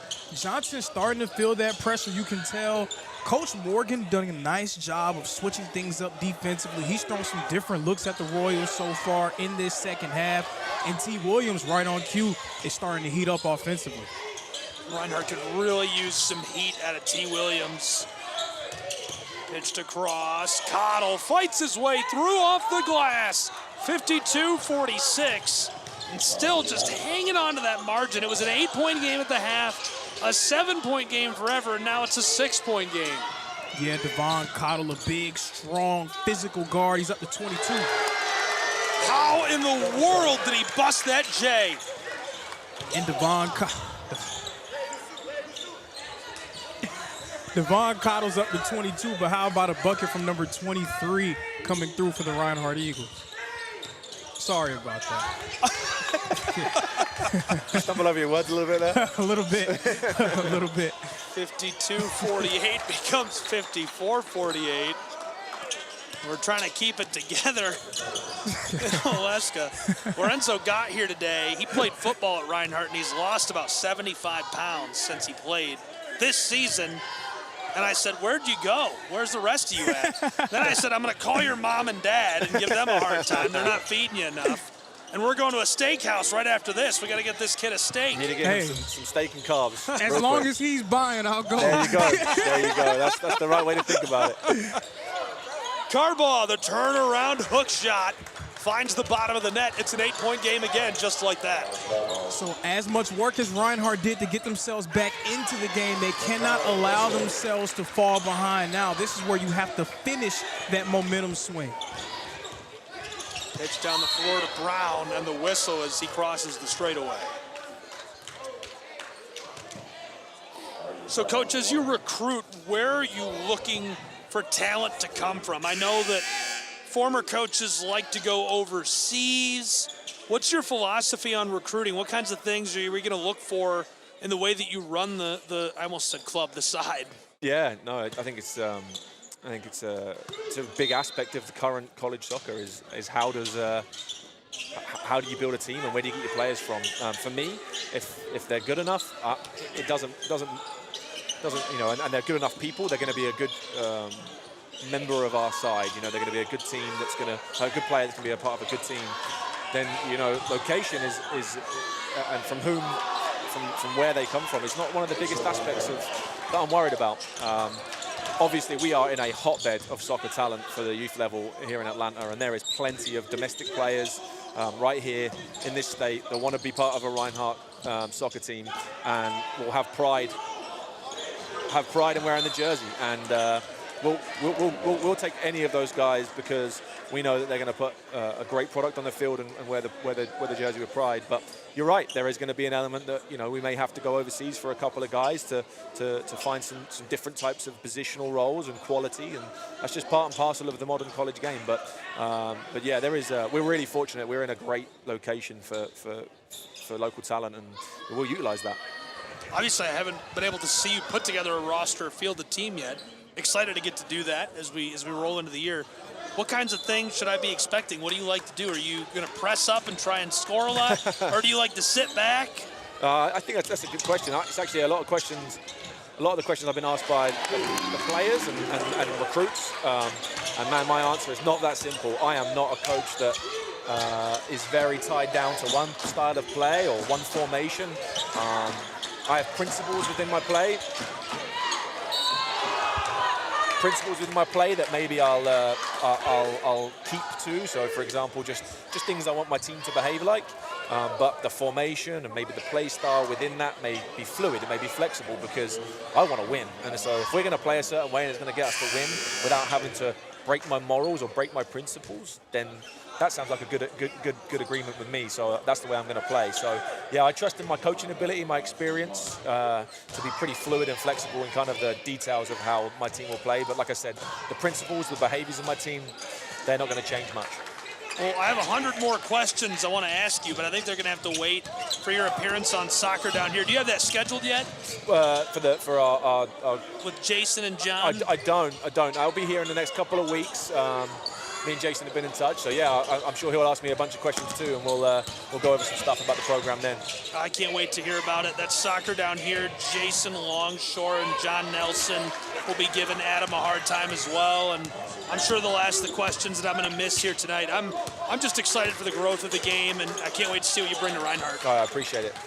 Coach, thanks for joining us. Yeah, Best of luck, guys. And stay in thanks, touch. Guys. Appreciate you guys. Thanks very much. That is the new head coach of Reinhardt University, spending part of the second half with us. The men's soccer side. Adam Riekes, long storied career, is the first assistant at Chattanooga FC after leaving UAB, coached at Wofford with the Terriers. He's going to bring some heat. So is Mr. Williams as the follow through to the twine gets it done. Sometimes the friends and family plan works for you. Nice job by Blake Sykes to be ready for it. I thought T. Williams was going to bring the house down, though. I did too. Seemed like he had a runway. But Johnson, they've done a good job of answering Reinhardt's run, getting the ball to Mason Lockhart, hitting a few long-range bombs. In a 9-point game, it becomes 66-54. And it's been guys who we may not have expected to be the ones to step up, but they've stepped in and provided a nice spark for Johnson, Tucker Patterson, and their Reese Clark.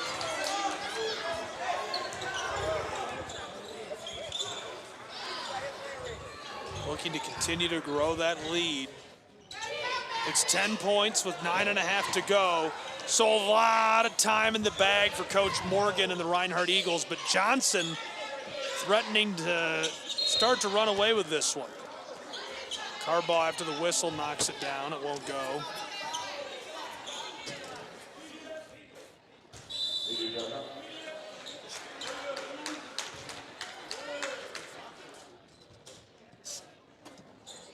And a timeout on the floor between these two teams He'll take a break in what has become a really good one. We'll be back with more of the action. Stay tuned for College Hoops on SCSN.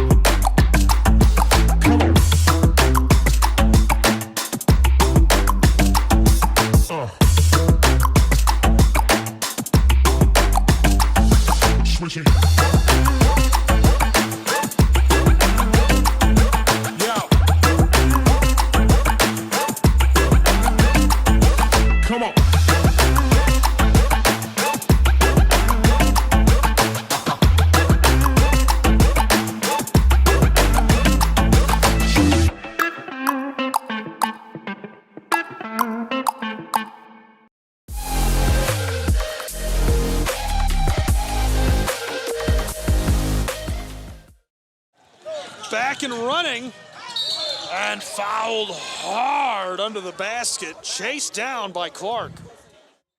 So Reinhardt getting themselves back into the ball game. It started on the defensive end. You can see the pressure that they were putting on the basketball, really getting into those ball handlers. The rim protection down low, guys like T. Williams and Derek Brown doing work. That is how Reinhardt got back into the ball game. So if the Eagles are going to find a way to pull off the upset, it's going to have to be that level of defensive play for this last 9 minutes and 10 seconds.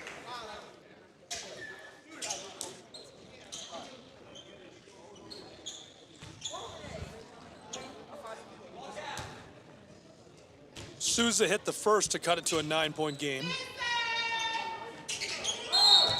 Unfazed by the excellent disruption from the crowd. That was pretty good. That distracted me.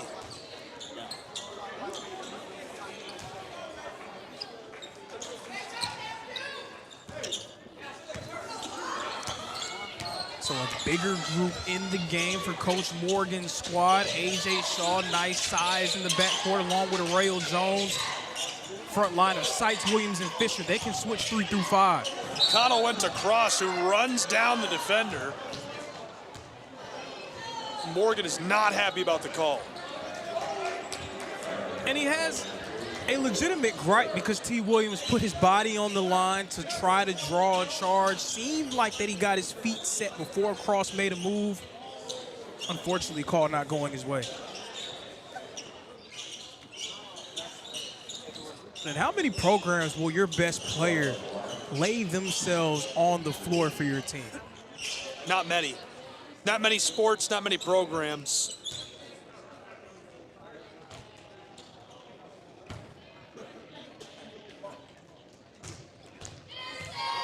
At the line is Livingston Cross, who's hit 65% of his chances this season, as the first will go. 9-point game.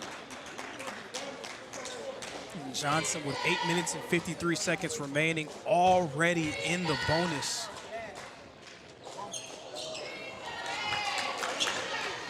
Part of that is because Reinhardt is a team that when you're trailing, naturally you're pressing, especially defensively. So a part of that is just fouls being aggressive. Johnson has to try to use that to their advantage. Broke through, Williams on the backside, has it poked away, and he's fouled by Cross, who just hit that at the line, and he now has 9 points. But we're seeing the maturation of some of these Reinhardt players in real time. Rail Jones, the freshman from Charlotte, North Carolina, he's a very effective finisher when it comes to attacking the basket. Earlier in the year, he may have tried a circus shot, get something on the rim, see if he can make it. But there, he calmly delivered a pass to T. Williams and allowed him to try to make the play happen.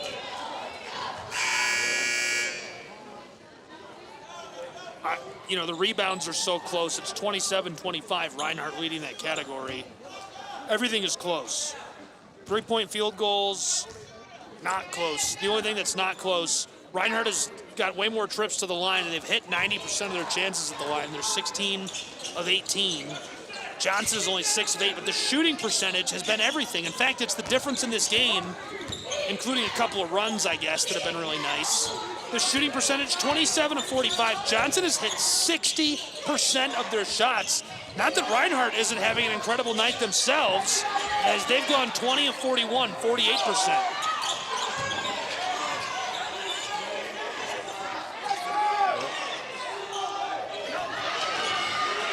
Fighting down inside, cross off the heel of the iron. Nakai Fisher tries to get to it.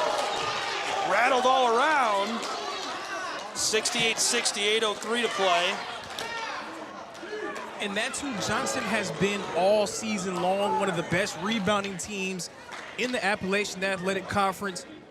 And we know what Mason Lockhart can do as a rebounder, averaging around 10 a game, but Livingston Cross also down low, getting in the mix. Dallas Carball, 6'6", 6'7", multiple guys crashing the glass.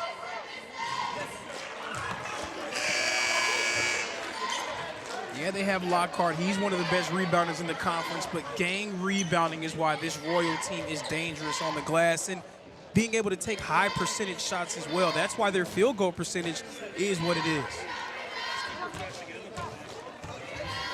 So Livingston Cross trying to extend this lead, and he does. A 9-point game. The Eagles trailing. They did a nice job of battling back. The Royals keeping them at arm's length.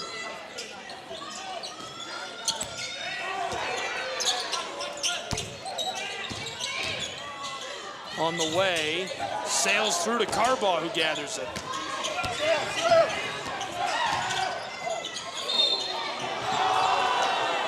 And the foul. Yeah, that was a nice aggressive move to the rim by Livingston Cross. He's a difficult player to stop in the open floor because he's very crafty around the basket and great body control to be able to finish through contact.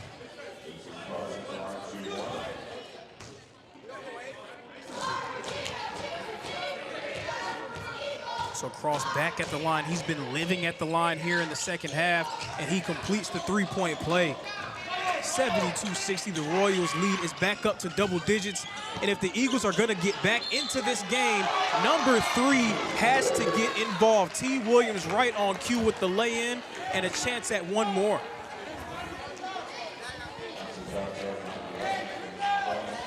Williams up to 14 here in this one. 12 in the second half alone. He was held to just 2 in the first half, picked up those 2 fouls early, which limited his playing time. Now stepping up in a major way offensively here in the second half. Misses the free throw, but for the Eagles, Derek Brown with 17, T. Williams with 12. Who's gonna be that third player to step up for them and really help them in their cause to get back into this ball game? Corner, triple, no. Arreo Jones with the board. Johnson's made a living from behind the arc, but that's not who they've been throughout this year. The Eagles may be content with the line than to pull up from range. Williams can't finish inside, and Lockhart with the board.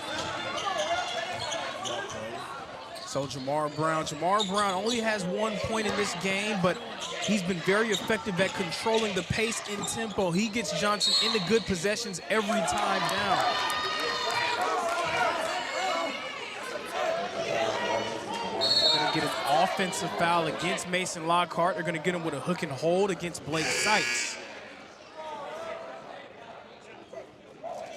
We saw head coach Logan Sharp definitely did not agree with that call.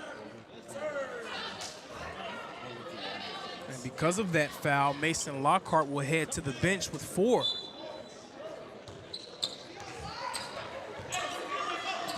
And that can be major because Lockhart's so important to what the Royals do on both sides, offensively and defensively. Reinhardt needs to try to take advantage with Lockhart on the bench. Sights in the post, trying to do work. Carves out space and finishes down low. The Royal lead is back down to single digits. 72-64, Jamar Brown inside, loses it, but a foul. Jamar Brown slowing it down, trying to get into the paint. both teams in the bonus. Johnson now in the double bonus, so Brown will go to the line to shoot a pair.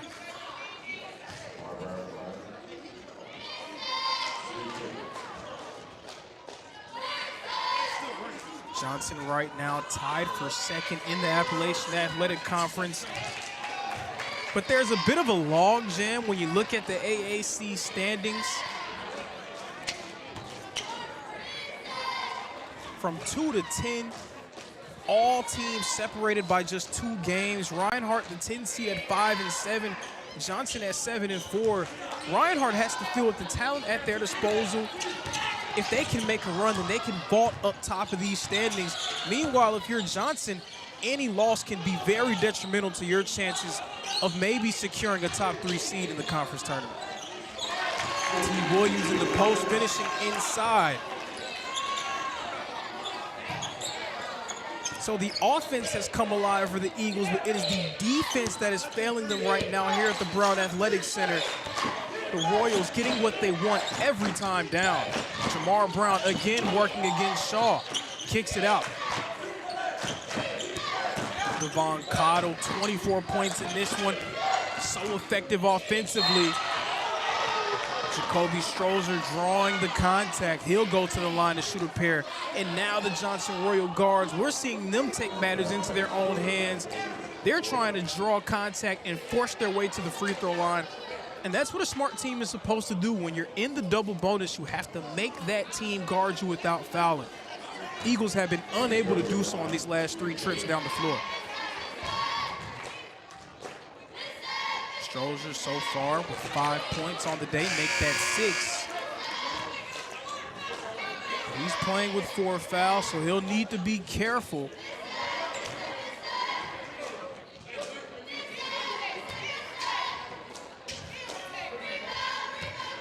Five minutes and 34 seconds remaining.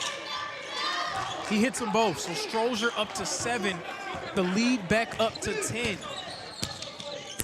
T. Williams has gotten the ball early and often here in the second half. We'll see if that continues. He's setting up. Nice move by Nakai Fisher, but can't finish down low. Gets his own miss and draws the foul, so Fisher will go to the line to shoot 2.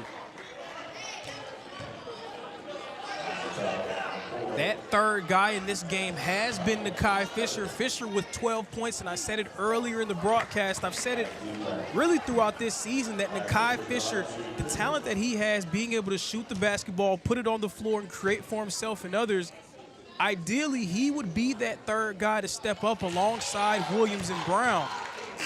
He has been that player so far today, now up to 13.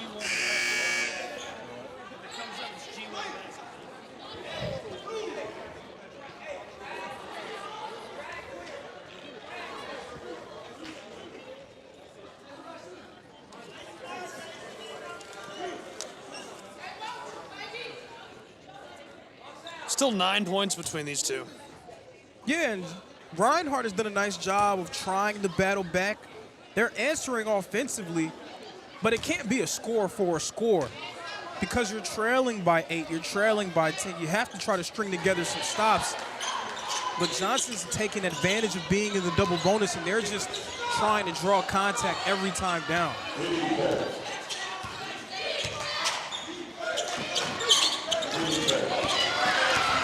Stole it away. All alone, T. Williams crashing down the house for the massive jam. Ladies and gentlemen, welcome to the T. Williams Show. Stolen again, back across, through, free. Jones can't get it off the glass as he goes down hard on the baseline. Turning defense into offense. That's what Coach Campbell said when he was on the broadcast earlier. He said that the best way to create transition opportunities is by playing great defense and getting stops. Eagles doing just that on those last 2 possessions.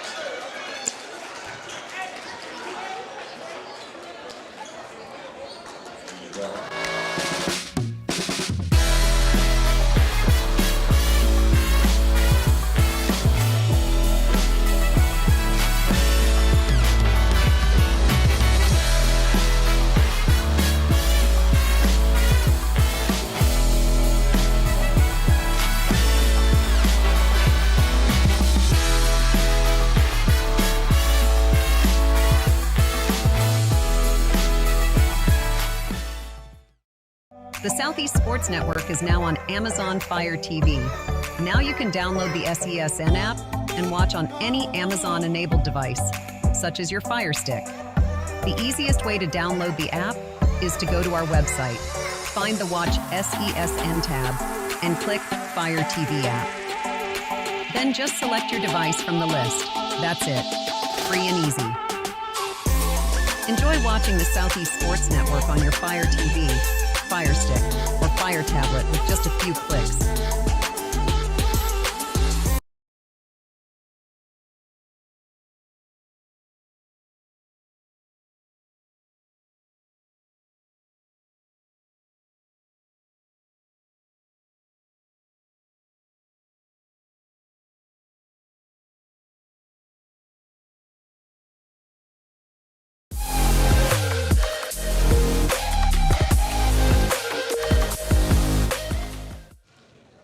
Back in Waleska, Georgia, as that makes it a 5-point game. What a swing for Reinhardt. Yeah, and it started on the defensive end towards the end of that first half. Reinhardt able to generate some stops. They were forcing turnovers, getting out in transition. And now that's what Reinhardt's used towards the back half of the second half to draw even closer. 4-point game. It's the closest it's been as Jones gets the steal. Williams down inside, off the mark, and trapped on the iron and glass. Yeah, the wedgie.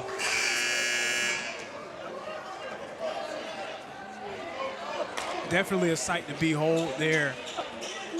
Unfortunate, the possession arrow will go back to the Royals, but you can see the Reinhardt Eagles have turned up the defensive intensity. Coach Richard Morgan, when he took the Reinhardt job, he said that he wanted to make his team more formidable defensively. Right now, his vision coming to fruition here in this matchup against the Royals.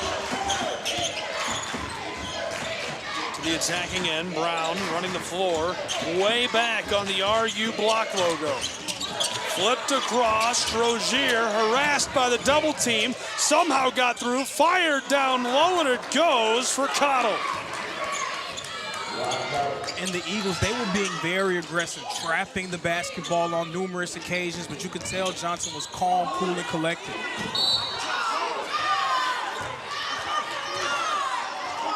(78-72), 4 minutes, 11 seconds to play.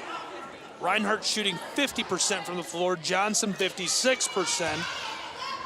And we got the whistle, and everybody is upset. Yeah, I don't think there's anyone happy here in the gym. Not even the Johnson people. They wanted a charge. I'm having a good time. I'm having a good time, too. I'm having a good time. Maybe the two people who are We're happy. It's just us. Hey, sometimes it's all you need. Derek Brown getting ready to check back in. Brown, Fisher, and T. Williams have led the way for Reinhardt offensively. Defensively, they've also done a nice job of shouldering the load, as well as Arail Jones. Blake Seitz has guarded multiple different matchups. So it's not a surprise to see Coach Morgan go with this group now in the championship minutes of this game, inside 4 minutes left to play. See the Eagles going with that extended 2-3 zone. Mason Lockhart trying to penetrate it from the middle. Johnson, they're going to try to get into a good look every time down. The man who does so for them, Jamar Brown, with the basketball. Outside Takata, who lets the three go from the wing and knocks it down from downtown Atlanta, Georgia. 81-74 with 3:42 to play in Waleska.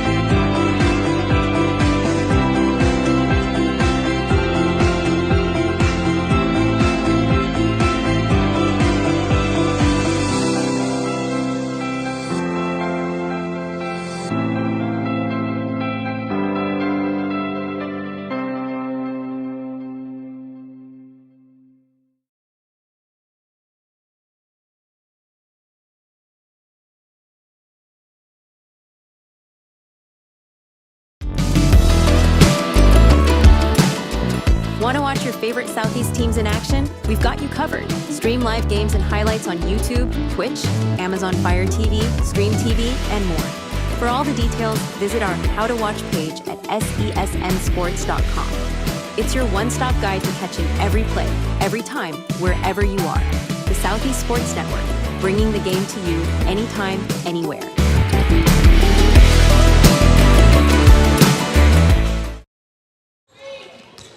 Back in North Georgia with 3.5 to play, 81-74 Royals. Stolen by Livingston Cross. Long pitch down the floor. Three, Strozier missed the jam.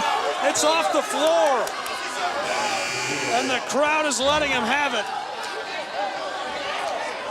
Yeah, we saw Jacoby Strozier try to get freaky on that jam right there. You know, an ESPN Plus production crew just challenged me to use that during a broadcast. And you did it, and it wasn't even like a challenge. You just worked it right in. Hey. That was good. That's impressive. Mine probably felt forced comparatively. That was just, you just came right out. Pitch down low to the baseline. 2-ball is short. Lockhart fighting for it. It's off as Williams puts it off the foot of Strozier.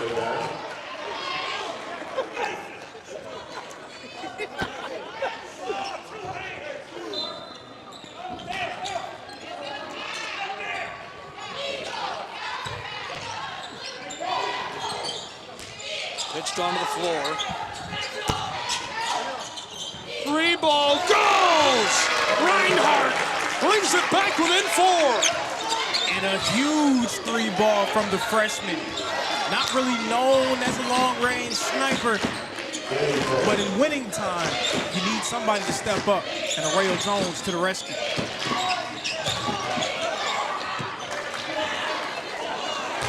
Big Mason Lockhart down low. That's who he is. That's who he's been throughout his career. Just going right through the chest of Sights.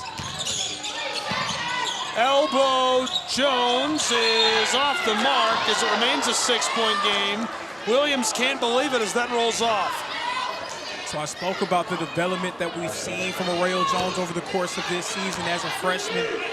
There we saw him make sort of a freshman mistake there. You hit a 3-pointer that came off of good rotation.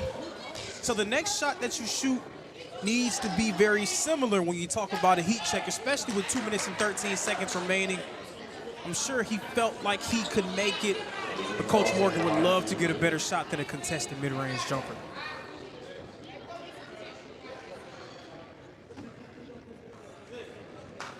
And you can see Coach Morgan definitely had something to say to Arrayo Jones after that, and looks like Arrayo Jones is going to take a seat after that one, and a learning experience for a player who's been so productive for Reinhardt and still so young, someone who has a very bright future. Just got a little bit carried away on that possession. Cross at the line, he's got 13 points. Lockhart's got 13, Brown's got 3. Cottle has 29 and 3 fouls, Carball with 11. Pardon me, so Arrayo Jones didn't check out. He was getting checked out by the trainers. Coach Morgan saying, hey, what are you doing? You got to get back in the game. 5 on the floor for Reinhardt, A.J. Shaw, T. Williams, Brown, Blake, and Jones. Jones has 7 for Blake, 17 for Brown, 4 for Shaw, and 20 for T. Williams. But he's got 4 fouls. Yeah, he had 2 fouls early in the first half. He was held to just 2 points with limited play time, but 18 here in the second half.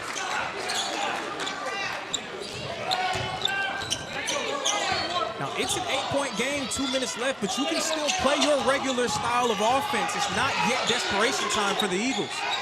Tried to fight his way down low to the baseline.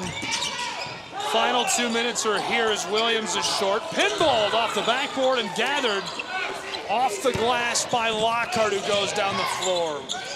11 rebounds for Lockhart, and all of his rebounds seem to come in major turning point situations. Way back on the front court, being harassed. Pitch down low to Lockhart, who gets it to go off the glass. It's a 10-point game with 90 seconds to play. And Blake Sykes is giving up too much size going up against Lockhart down low one-on-one. The Eagles were bringing multiple bodies at him earlier. 3-ball rims out. And 75 seconds left to go. Yeah, this one's slipping away from Reinhardt. The Johnson Royals have done a nice job of finishing here in winning time. And now just trying to play out the string and secure their 8th AAC victory of the season. Super impressive performance by the Royals, as this is too easy for Jamar Brown, who coasts down inside and finishes that off. Johnson has shown who they are, as they will win their 5th game in a row and continue their tear through AAC play. Yeah, valiant effort from Reinhardt. They went down 16 early, and it seemed like Johnson was just going to run away with it. So credit to the Eagles by making the game out of it. Unfortunately for them, that early deficit just too much to overcome. The deficit was a lot. Shooting percentage at one point was an issue. They really cleaned it up down the back stretch, and just a couple of bad luck bounces and miscues on the back stretch have really put the nail in the coffin for Reinhardt and what was an otherwise good performance. But Johnson is going to take this to the film room and spend some time studying what was an electric showing for them in this outing against Reinhardt, the conference foe. This is going to pair well with 4 wins straight, and that comes after a devastating 4-game skid. That skid started in mid-December against the Bulldogs of Union Commonwealth. They lost 80-77, just 3 points. Then they lost by 9 to Freed Hardeman, one of the best programs in America at any level of collegiate basketball. After that, they had to battle the Rams of CIU and lost by just 7. And as if that wasn't enough, they took a heavy loss at the hand of the Pikeville Bears to round out that 4-game skid. Pikeville now just outside of the top 10 in the latest coaches poll. But then the 4-game winning streak. TWU's Bulldogs couldn't handle them in early January. Then the Rams of Bluefield. Georgia Gwinnett was a 3-point win. Finally Montreat before Truett McConnell, who we don't have the results in for yet actually in the stats. I didn't realize they played that, so they might have not been on a 4-game winning streak. That was part of the snowpocalypse. The snowpocalypse, so they didn't play that game. Snowpocalypse, I like it. Didn't play before coming to Reinhardt and Waleska. Following this, to round out January, the Bulldogs of Union Commonwealth. Their next 3, Truett McConnell, Bryan, and TMU's Bears again. Reinhardt, on the other hand, they lost to TMU after a win against Montreat. They're going to take on CIU, SMU, Bryan, and Georgia Gwinnett next as they roll into February and the last few games on their schedule. So Reinhardt right now 10th, Johnson 3rd in the AAC standings, 2 through 10 separated by just 3 games in the loss column. Reinhardt still hanging around in that logjam, but dropping games like these, it really makes it hard for Reinhardt to find their way up the standings. This would have been a critical victory for the Eagles. It would have given a loss to Johnson and added another victory to Reinhardt's total. They would have been 1 win outside of that top 2, top 3 spot. Now, might be a very difficult proposition for them to try to get back up the standings. Now, this is as tight as the Appalachian Athletic Conference has ever been. Bill Popp is actually in the house, kind of hanging out by the door, quietly watching. He's the commissioner of the AAC, lurking, if you will, from the doorway, along with Tony Campbell, head coach of the women's basketball team. This goes at the line for Mason Lockhart. Coming from the rafters like Sting. Kind of like that, yeah. Just hanging out there. Just quietly observing. 3-ball off the mark for Jones. Shot clock and game clock. Oh, Strozier. Turn the lights off. This one's over. Yeah, Strozier finishing this one in style for the Johnson Royals. What a performance for Johnson in a red-hot race to the finish for Reinhardt, for Johnson, for the Appalachian Athletic Conference. Really excited to see how the year finishes up. And, of course, SESN at the conclusion of the regular season will be in Kingsport. Actually, it'll be us, so we'll be back with you for the full ride. Really excited for the tournament this year. And, you know, last year was a blast. The women's side of the tournament is always so fun. I'm stoked for this year's basketball tournament. If you're interested in the swimming teams, we'll have swimming team coverage coming up from the AAC tournament in Kingsport. And, of course, men's volleyball before we have the softball, baseball extravaganza, the week-long showdown up in Kingsport, Tennessee, all in the Southeast Sports Network and AAC Digital Network.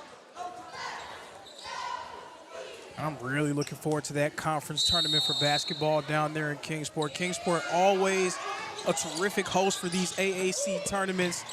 And we spoke about the logjam in the standings. That means that it's going to be fireworks when we get to Kingsport. It's going to be some upsets on the horizon. It's going to be some nice, tight finishes. Who knows who's going to come away with the AAC crown? You'll have to wait and see. Well, I would say that Pikeville is probably the favorite from just how they would be the favorite when you look at the records, but they've had close contests with a lot of teams within that logjam. I agree. As great as U-Pike has been, we can't just pencil them in as a champ just yet. It's going to be a tough skid to the finish. You know, Milligan always brings some hot stuff down there. They have kind of that hometown advantage going on. Reinhardt could take one more, but I think we've seen it all. Yes, we have. As we get the final buzzer. An impressive win and a crucial one for a team that's trying to get some separation in the latest standings. Final thoughts from you on this performance by the Eagles and by the Royals? Yeah, the Johnson Royals showing who they've been throughout this year, crashing the glass early and often. Mason Lockhart leading the way in that regard with 16 and 11. But Devon Cottle just quieting this Brown Athletic Center crowd. 31 points. He hit 5 threes. It was his night tonight. That is it. His night is done in an impressive fashion. I think he's going to be the favorite for the Appalachian Athletic Conference Player of the Week with that offensive performance. I'm sure Jay Stansel watched that and took notes the whole way through. Congratulations on an excellent performance on the road to the Royals of Johnson University. They will be headed back with a W to Knoxville, Tennessee, and to celebrate on Rocky Top. Reinhardt University will try to bounce back next time out. For the Eagles, for the Royals, for all the fans here, my partner Lorenzo Robinson, thank you for joining us on the Southeast Sports Network. 94-80 your final as Johnson takes the win. All games and events airing on our networks are broadcast live and are copyright material. Today's game will be archived inside of the Apper platform where you viewed it and available for replay. This has been a presentation of the Southeast Sports Network.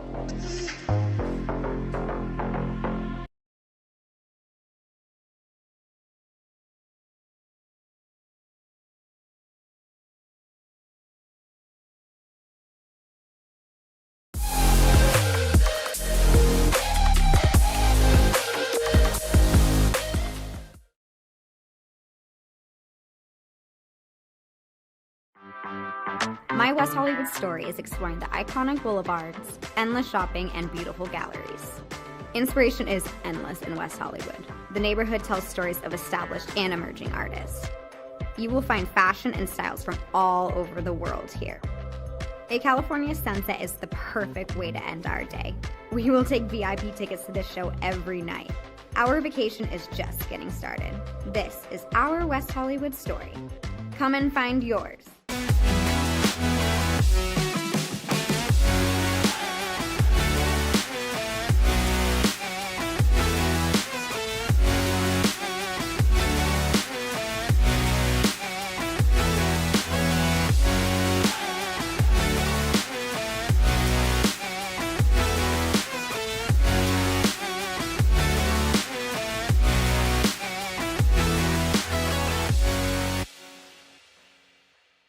LA Galaxy belongs on the best surfaces. Whether you're the best player or the best fan, every goal, every tackle, every last-second battle, it all requires precision, performance, and passion. The LA Galaxy trust AstroTurf to provide the best surfaces, because champions deserve the best. AstroTurf, the official synthetic turf and hybrid field building partner of the LA Galaxy. My dad was a farmer. And when I saw him on a horse, the guy was bigger than life. One of the things that he had a hard time doing was showing the emotion. Maybe it was because the way he was raised, or believing that men provide and they don't struggle. But we all struggle. I want to show emotion to my kids. I want them to know when I'm happy, I want them to know when I'm sad, and I want them to see me working through things. The biggest reward I get from being a dad is watching my kids accomplish a goal, watching them light up. Nothing brings a bigger smile to my face. So I make my kids a priority. Whether it's hitting a baseball, a dance rehearsal, you name it, I'm there. They're gonna remember that they grew up loved. Be brave. Be there every day. And allow your kids to know that it's okay to struggle. That even dad doesn't know the answer sometimes, but we're gonna figure it out together. Firearms are the #1 cause of death among kids, but we know that healthcare workers can make a huge difference. This is why prevention is absolutely critical. It starts with listening to the community, leaning in on those conversations to better inform what is the approach that you want to take. You are the champions for change. You can be the catalyst for integrating firearm injury prevention strategies into your practice and really benefiting your community. Let's agree to agree that we all have a role to play in ending this crisis. In Major League Baseball, you could dream with no limits. You could become your hero. Steal the show. Or even start a new club. You can meet the moment and exceed the hype. You can write a new chapter of history and let your city dream again. This season, anything can happen. Everyone has a ritual, that small thing that keeps us focused. A habit we never skip to clear our minds and elevate our performance. But what do you do to keep your head in the game, to drown out the self-doubt and support your mental health? Because being your best isn't just about taking care of your body. It's about taking care of your mind and mental health. Discover the resources you need to keep your mind focused and your mental health a priority.